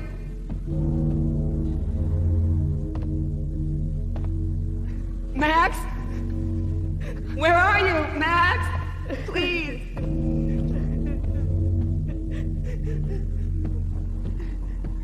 No, please, Max, no. I'm sorry. Please don't, Max, no, please.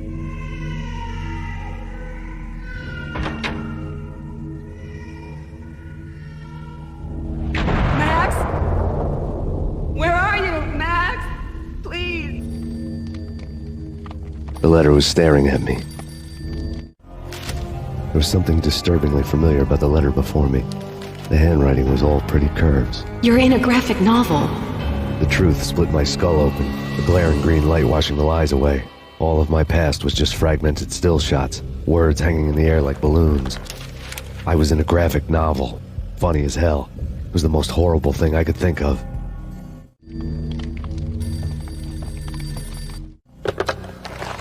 Shiny stuff and dreams are made of stooped necromancers. He sings like a banana wrist, having strayed too close to the constellations on their shaved skulls. There was a bad line in a prank call. Someone spouting insane babble. I couldn't make sense of it. But I had an overwhelming sense of deja vu, and the caller's voice sounded oddly familiar.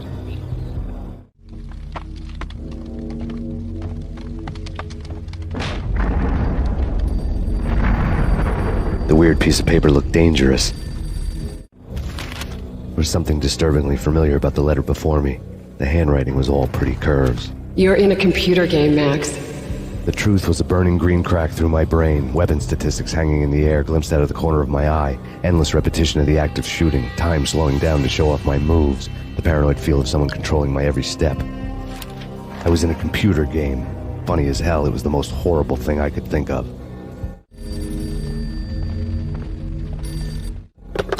Don't lose it. It's Valkyr. The drug. Snap out of it. Try to remember. It was a bad line in a prank call. Someone spouting insane babble. I couldn't make sense of it. But I had an overwhelming sense of deja vu, and the caller's voice sounded oddly familiar.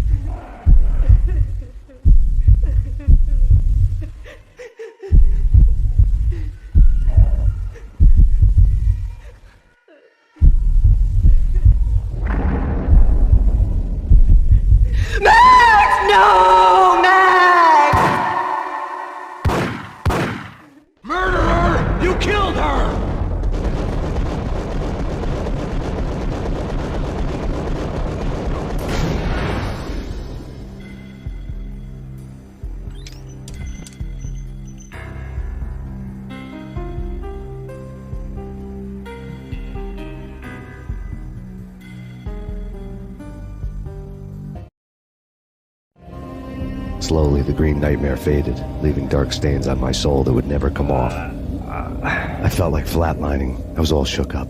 I woke up in a cold sweat, sick and tired to the bone, lying in a puddle of my own puke. The hag had said take me to Cold Steel before it had all gone crazy. It was a clue, the only one I had. It took me forever to crawl back to my feet and hit the road, but when I did, I drove straight to Cold Steel Foundry outside the city. There was a whole lot of action around the place for a freezing winter night. Trucks coming and going, men running. I had the drop on the mystery witch. She thought I was dead. I was on her blind side. I was going in. The bad trip had put me in a crazy mood, adrenaline pumping through my aching veins. Staggering on the mill roof in ice and snow and wild wind, I was a ninja. My kung fu was strong. I wasn't hitting anybody. At best, I was Superman on kryptonite about to fall through a skylight, down to where it was all going down. A half-abandoned industrial area in the middle of nowhere. The factory was a perfect front for any number of illegal activities.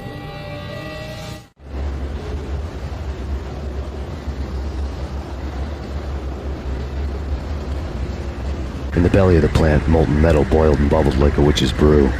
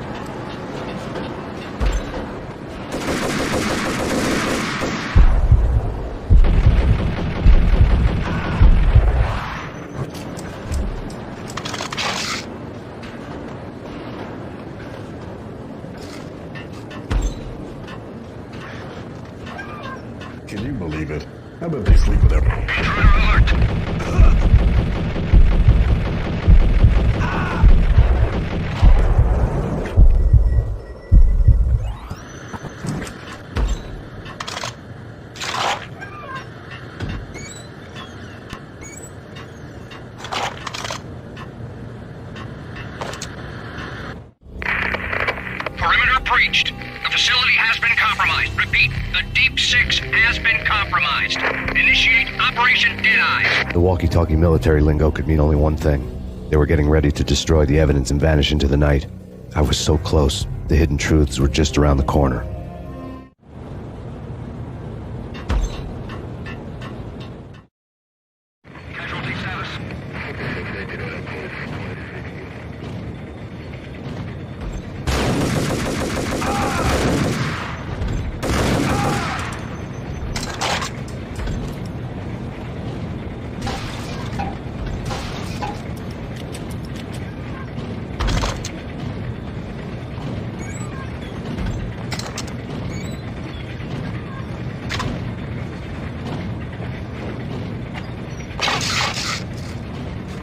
The folder on the table told a grim tale. The mercenaries were running a tight operation, paperwork and all. Merchandise missing again. A chemist had tried to smuggle it out for his own private party. Locked him up in cell B7 in D6's old test facility to wait for proper processing.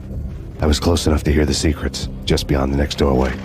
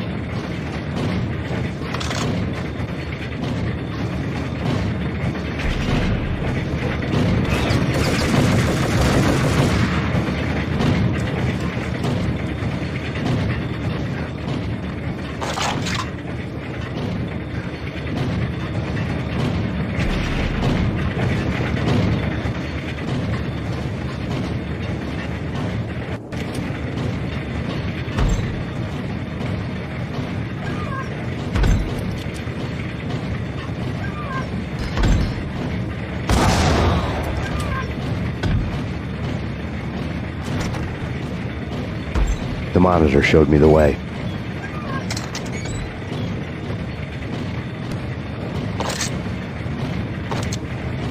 Processing diagrams filled the control room screens, all but one. An elevator titled D6 on one of the screens, somewhere onwards, past rows of ovens in the core of the plant.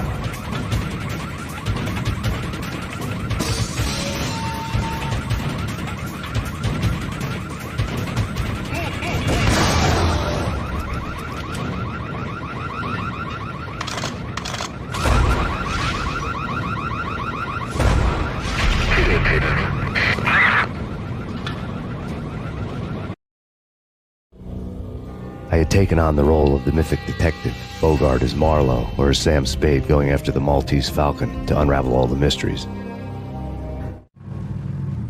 Following a path of clues to that final revelation, even if it would take me down to the cold, cavernous depths of a grave.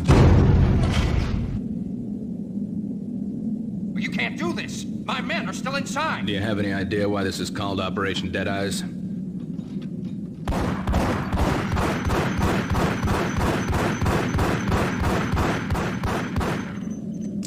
I think he's dead already. Let's do it.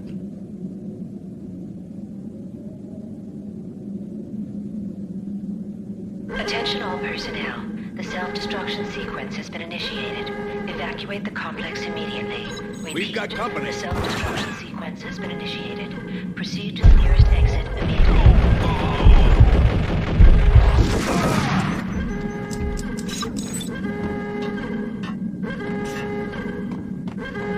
I had seen the logo on the floor before.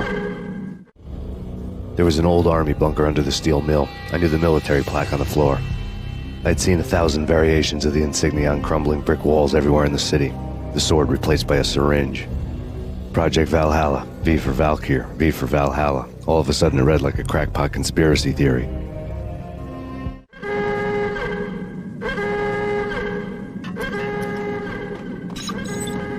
Abort! Abort! The self-destruction sequence is...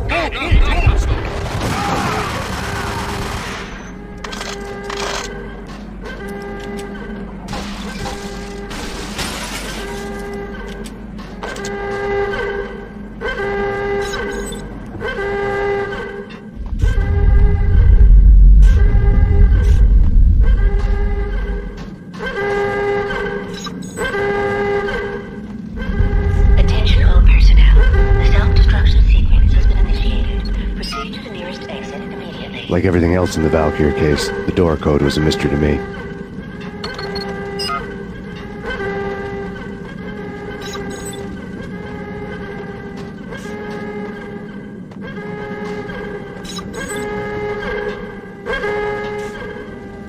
Decontamination in progress. The chemist had been using the workstation when he died. The half-life of the lab rat had ended online, his password blinking on the screen.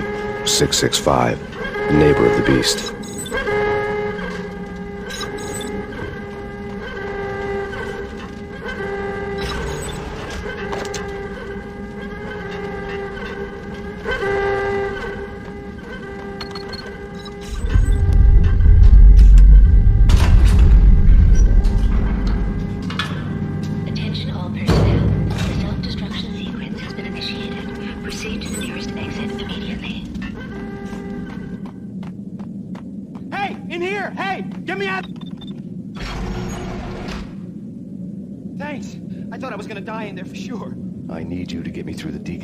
Chamber airlock. You're crazy! No way! The place is blowing up, for Christ's sakes! Either that or back to the cell. Your choice. Okay, I'll do it. I'll do it.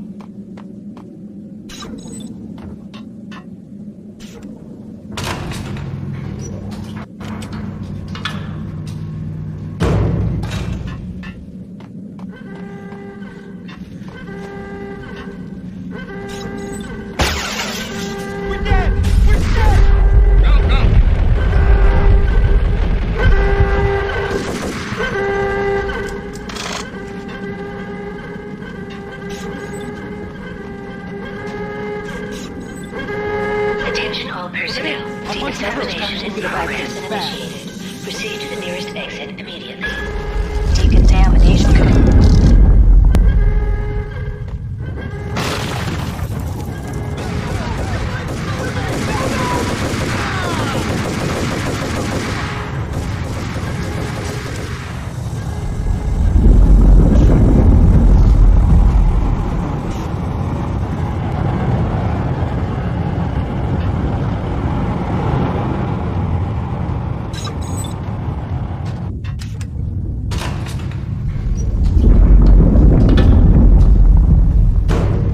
I was caught in the middle of the deadly web that was the Valkyr case.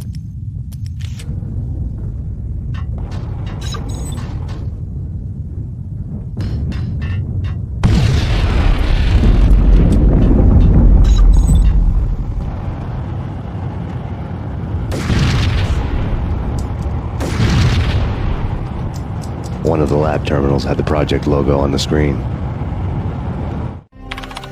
Top secret. Project Valhalla. U.S. Army. Yggdrasil Network. Valhalla. the otherworldly place in Norse mythology where the bravest heroes spent their afterlife feasting and fighting forever, their wounds miraculously healed night after night. Valkyr, the maidens who chose the most courageous Viking warriors and carried them to Valhalla. 1991. The research objective is to create a chemical substance to enhance the stamina and morale of infantry troops.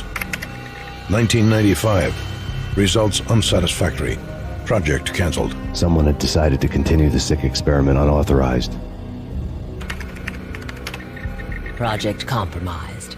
Data leak. Fix the damage by any means necessary. Security clearance red. Authorized by the project lead. Field test. Double the dosage for all the remaining test subjects. Observe and record the subject's behavior in an urban setting. The drop-off point was my old address in New Jersey. The file dated 3 years ago. Just when you thought you had reached the deepest depths of horror, it suddenly got worse. How to turn off that small voice inside your head that started to whisper that you should be glad that now, if not before, your revenge was justifiable on any conceivable moral scale. That small voice proved, beyond any doubt, that I was damned. The dagger-heeled woman had come and gone a long time ago. There was nothing more for me here. The bunker's name was acting as a self-fulfilling prophecy.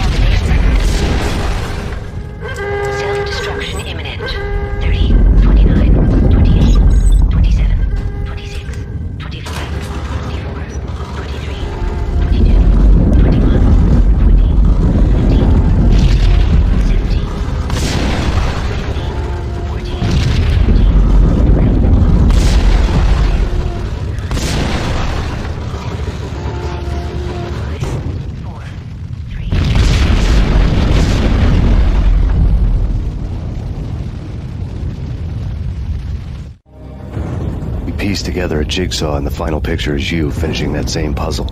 A mad, green-eyed killer standing behind you. An urban legend come true.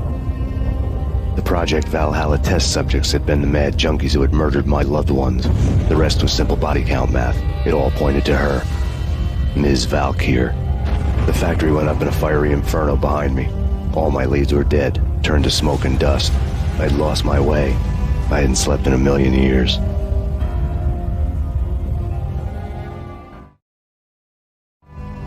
I felt thin as death. I've been living on an endless supply of week-old donuts. They were fuel for this crazy furnace inside my head. I couldn't remember when I had last seen the sun. I was on a permanent graveyard shift. When the darkness fell, New York City became something else, any old Sinatra song notwithstanding. Bad things happened in the night, on the streets of that other city, Noir York City.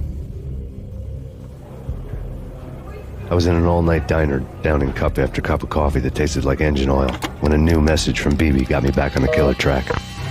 What the hell happened at Roscoe Street? Maxie, I'm going out on a limb here. We need to talk this through, come up with a plan. 2:30 a.m., the Choir Communications Garage. The more I thought about Alex's murder and the frame-up, the more it felt like an inside job. I should have seen it coming. BB had sold me out, and now he wanted to finish what he'd started. The garage was dead. BB showed up in his tailor-made suit, gold watch, and cufflinks to match, all way beyond a cop's pay. Maxie. Oozing suave charm, he was guilty as hell. What the hell does BB stand for anyway? Backstabbing bastard? Come on, don't be like that. Have a cigar. I don't smoke. Maxie, you have no idea how big this is. It's huge. You have no idea. I think I do. You're a bribe-taking bent cop who sold out his partner. Those mobsters in the subway were a dead giveaway. Hard to miss. Bet it was exactly like this with Alex. Up close and personal. You can't win this one, Max. No, but I can make damn sure none of you do either. BB turned out to be another cardboard cutout bad guy.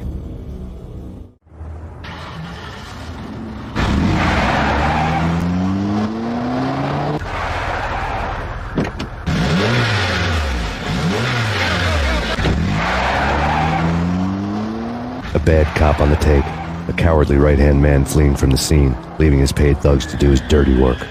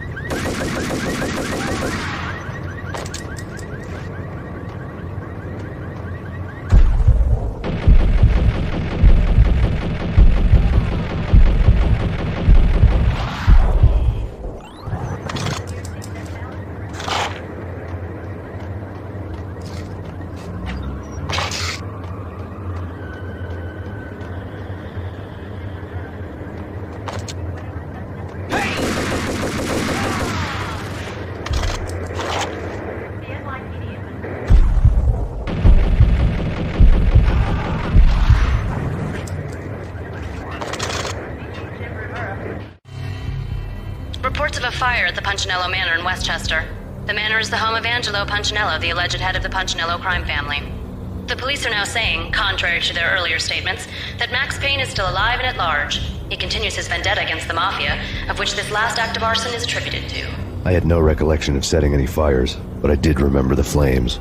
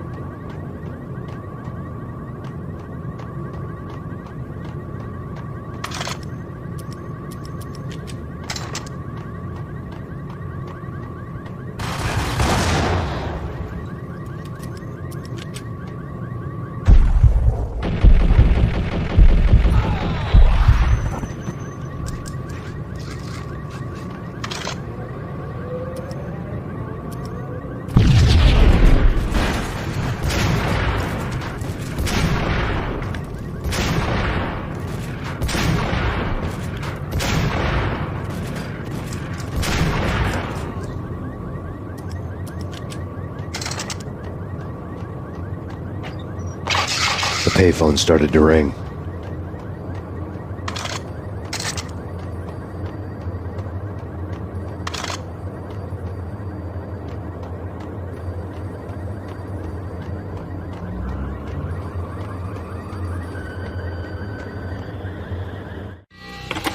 Yeah.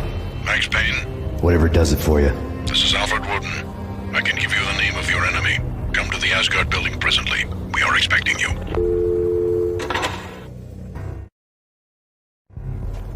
Woden was waiting for me on the steps of the old building. Mr. Payne, let's go inside. The others are anxious to begin. The others?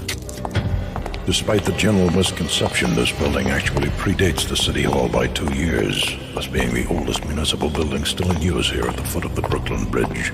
No kidding. The old man played tour guide as he led me through a dark domed hall. The answers I was after loomed large ahead. Mr. Payne, I would like to introduce you to my colleagues in what we call the Inner Circle. You've been watching too much X-Files. You have seen the files on Project Valhalla. We can fill the gaps, provide you with the information missing from those files. We were all involved in the early stages of the project during the Gulf War. What's the catch? We would very much like to blow this thing wide open, but our hands are tied. Her name is Nicole Horn. She was the key figure in Project Valhalla. When the funding was discontinued, she simply refused to quit. She knew exactly what she had in her hands. Nicole Horn is the president of Acer Corporation. She has more than half the city in her pocket. This must be kept under wraps. If you try to go public with this, we will deny any knowledge. We need you to take her out. Afterwards, we can protect you. Make all the charges go away. That was the cue for the killer suits to kick in the doors and swarm inside.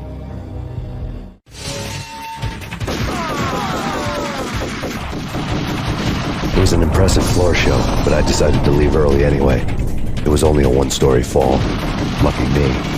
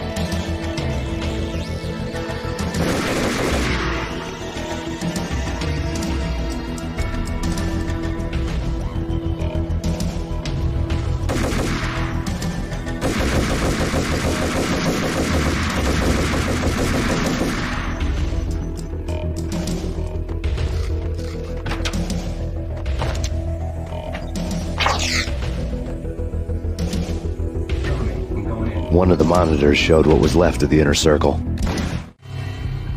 On screen, the so-called corpse of Alfred Woden stood up, miraculously waking from his dirt nap, looking smug among his dead pals. In the land of the blind, the one-eyed man is king. I didn't know how he pulled it off, but it was a pretty slick way to get out of all his promises. Most of what he had said fit too well to be a load of crap.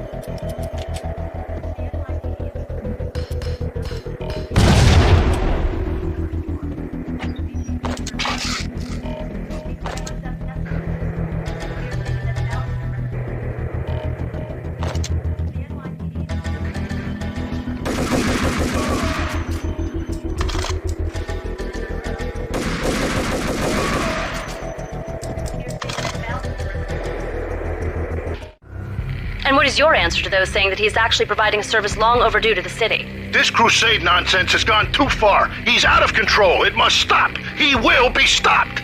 That was Deputy Chief Jim Rivera from the New York City Police Department.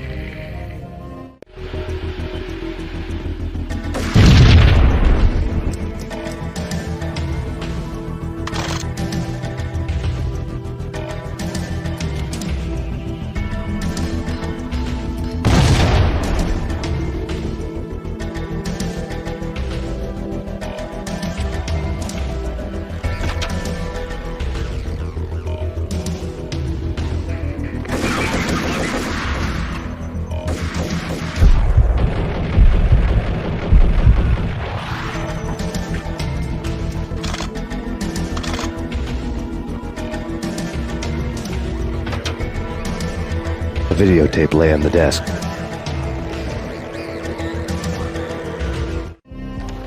Nicole Horn had blackmailed the inner circle into silence. The tape came with a curt extortion note on a piece of expensive paper. I remembered Candy Dawn taping her clients in action on the side, selling the tapes to the highest bidder. I was sure that kinky sex was nowhere near Alfred Woden's worst sin. But I had a feeling that when this was over, any collateral would come in handy.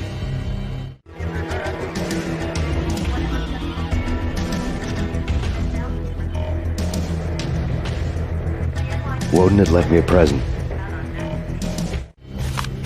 Woden had taken care of my mission preps with military precision.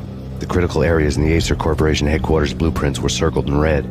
The president's office was at the top of the building, right below her penthouse suite. The elevators were controlled by a security computer, part of the mainframe located underground below the building. The high-rise was sealed as tight as a sci-fi fortress.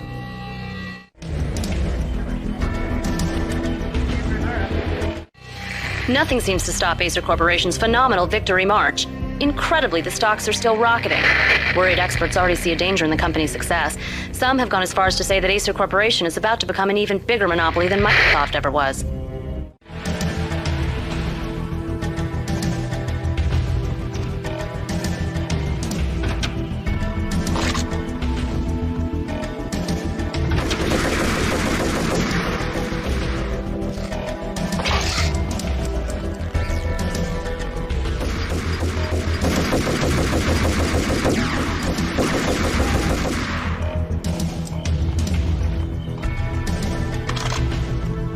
Should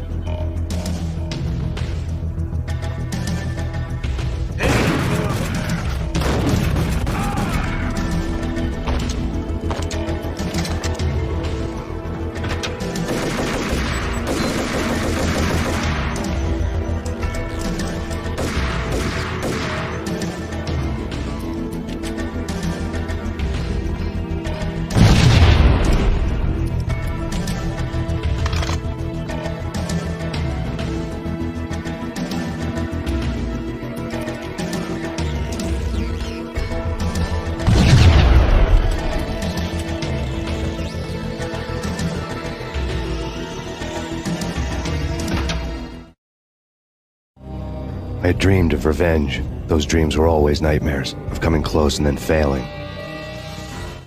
Now I was close. I had a name to guide me, Nicole Horn. I had nothing to lose.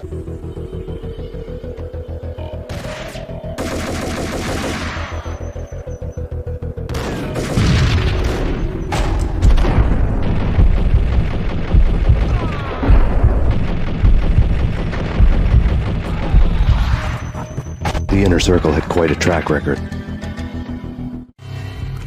Project Valhalla had not been the only thing the Inner Circle had been involved in. There were rows of cabinets full of files. The Serpentine Secret Society went back a long way, always pulling strings from the shadows. I couldn't say I was sorry. Woden's move in some Byzantine power game had cut the Circle's membership roster to 1. The old man wanted me on cleanup duty. It was my mess, too.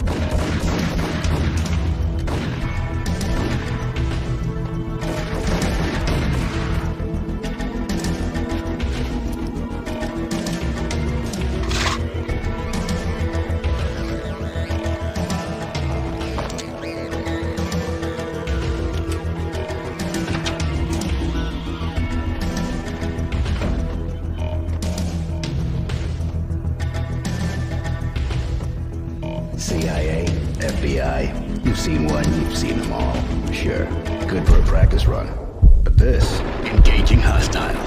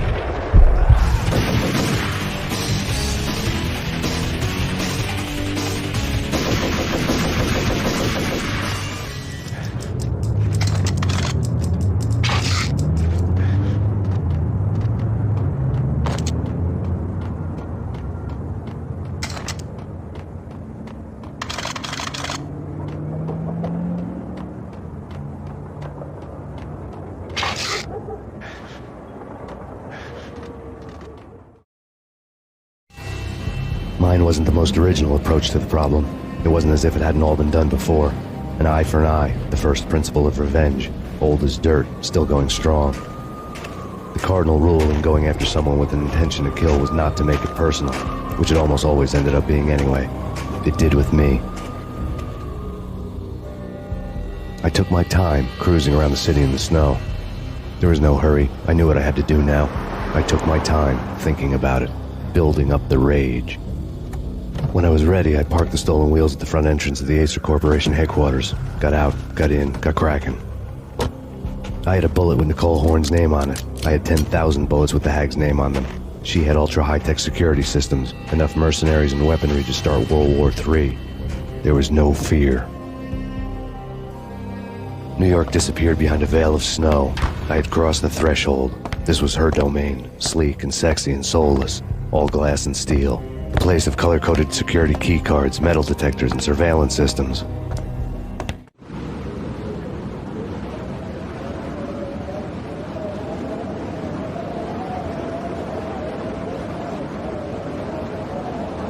Colder than a walk-in fridge. Cold as a gun.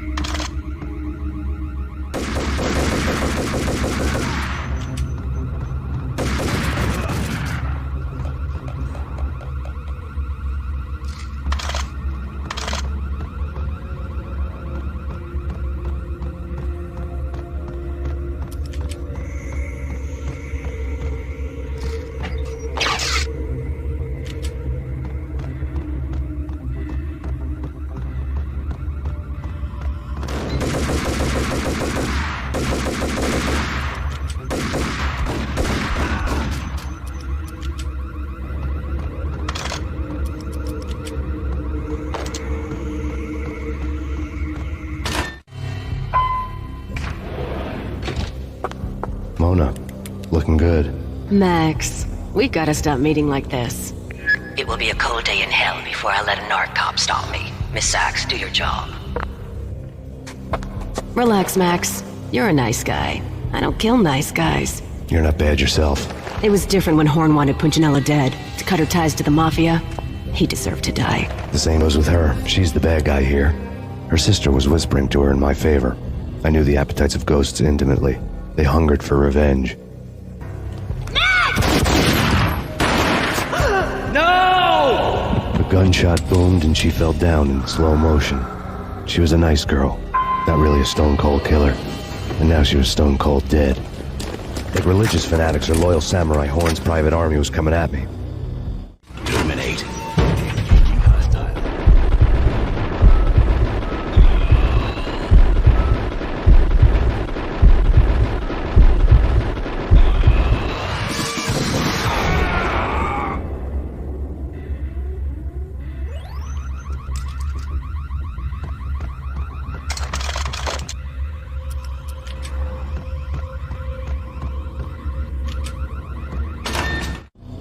When the elevator came back down, Mona was gone. There was a lot of blood, but no body.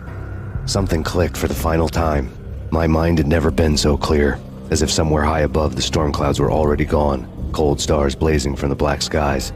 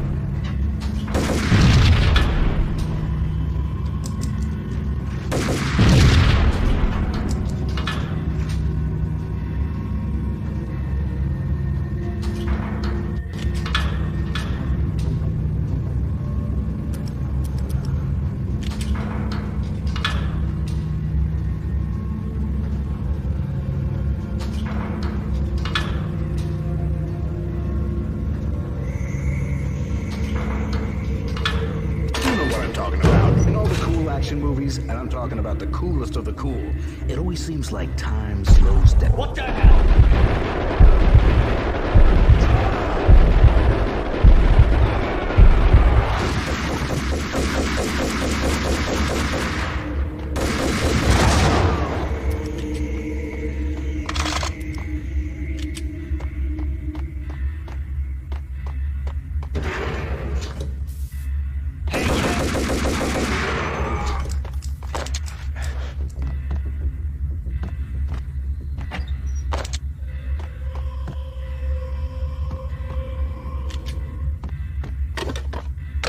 I had elevator access to the mainframe. From there, I'd be able to override the security locks and get to her office.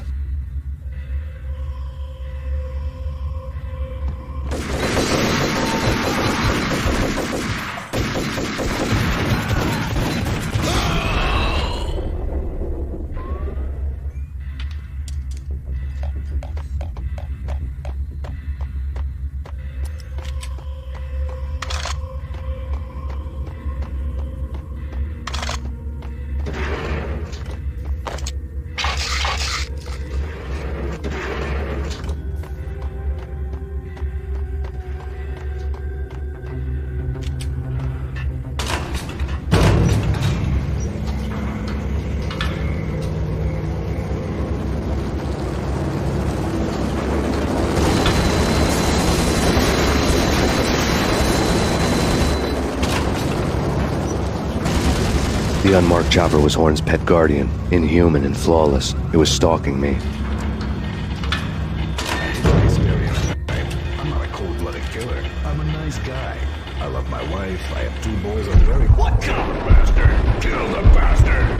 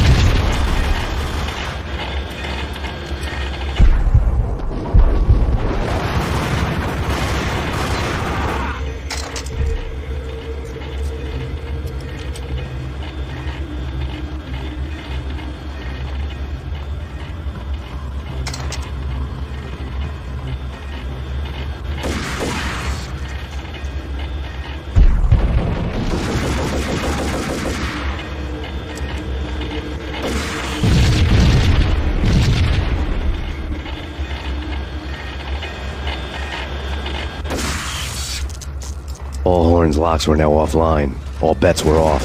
The elevator would take me all the way up.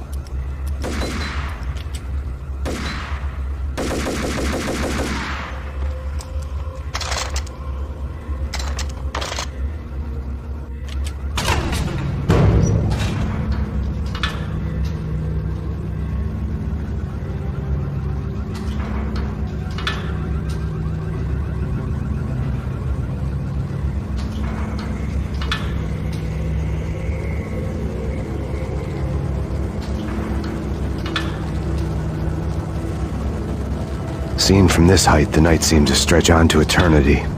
A hint of desperation had crept into the snowstorm, as if it was trying to get it all out before the end.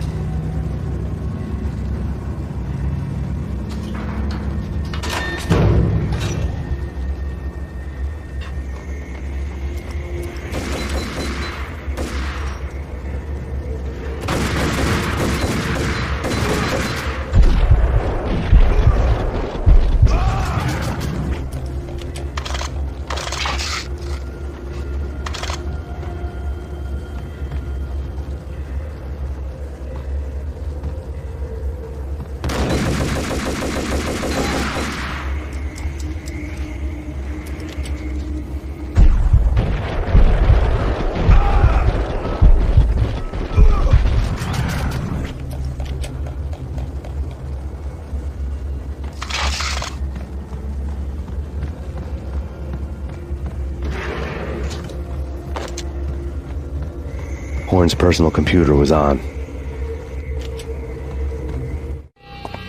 Next to the printer was a neat stack of expensive paper. Hacking through Horn's computer would have unearthed files of criminal plans, strategies for world domination, spy helicopter reports, illegal wiretap recordings, internet porno, all of the above. Take your pick. I really didn't care anymore. I had seen too much of it already.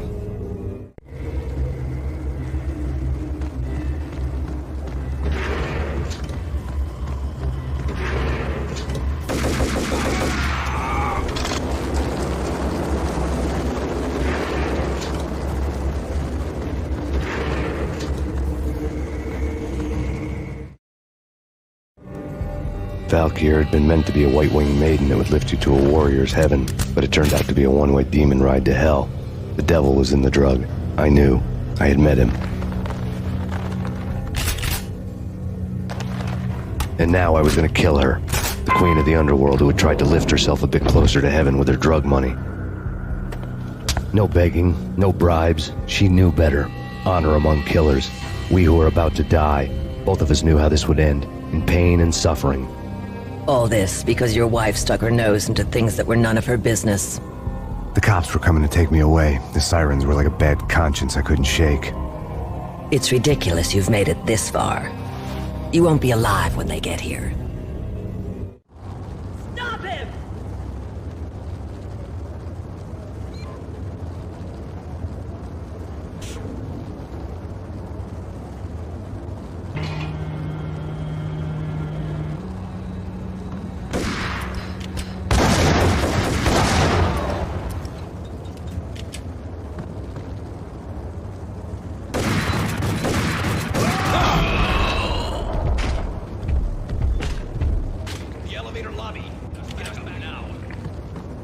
Max Payne, this is futile.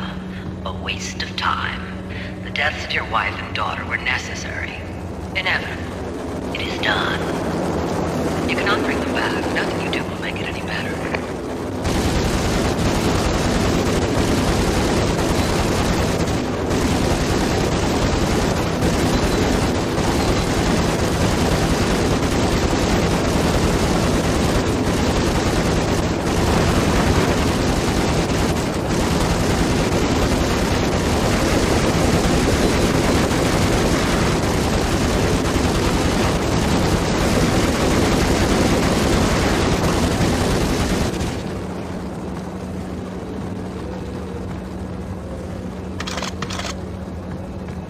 Max Payne, you are fighting a losing battle. You cannot survive this. You will die. Stop fighting. Make it easy for yourself. Accept your fate. You will die here.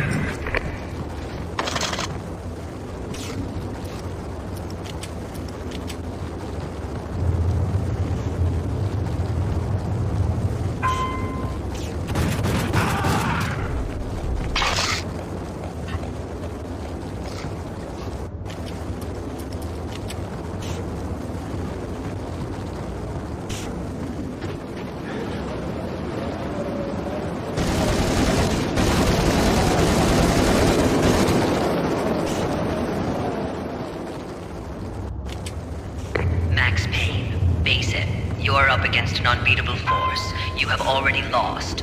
You have lost. Only death will set you free from your pain. Accept it. Surrender. Or give up. We have him in the North Lounge.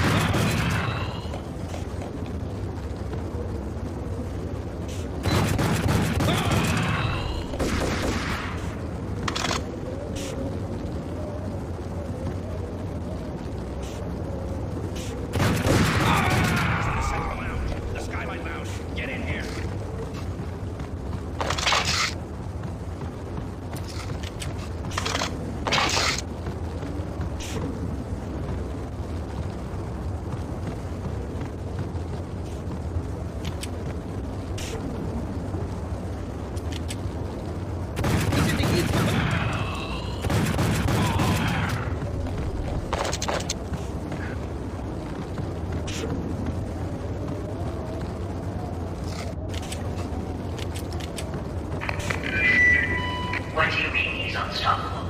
You are superior to him in every way that counts. You are better trained, better equipped. You outnumber him at least 20 to 1. Do your job.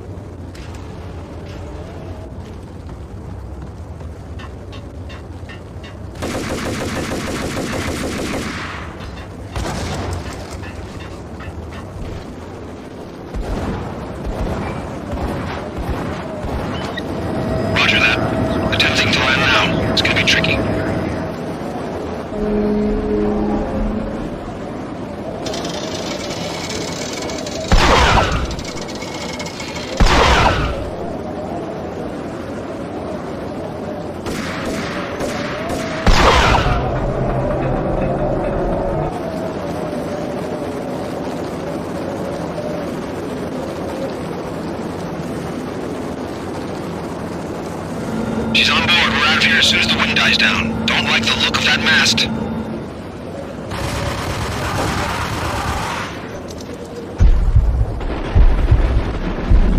Lift off in 1 minute.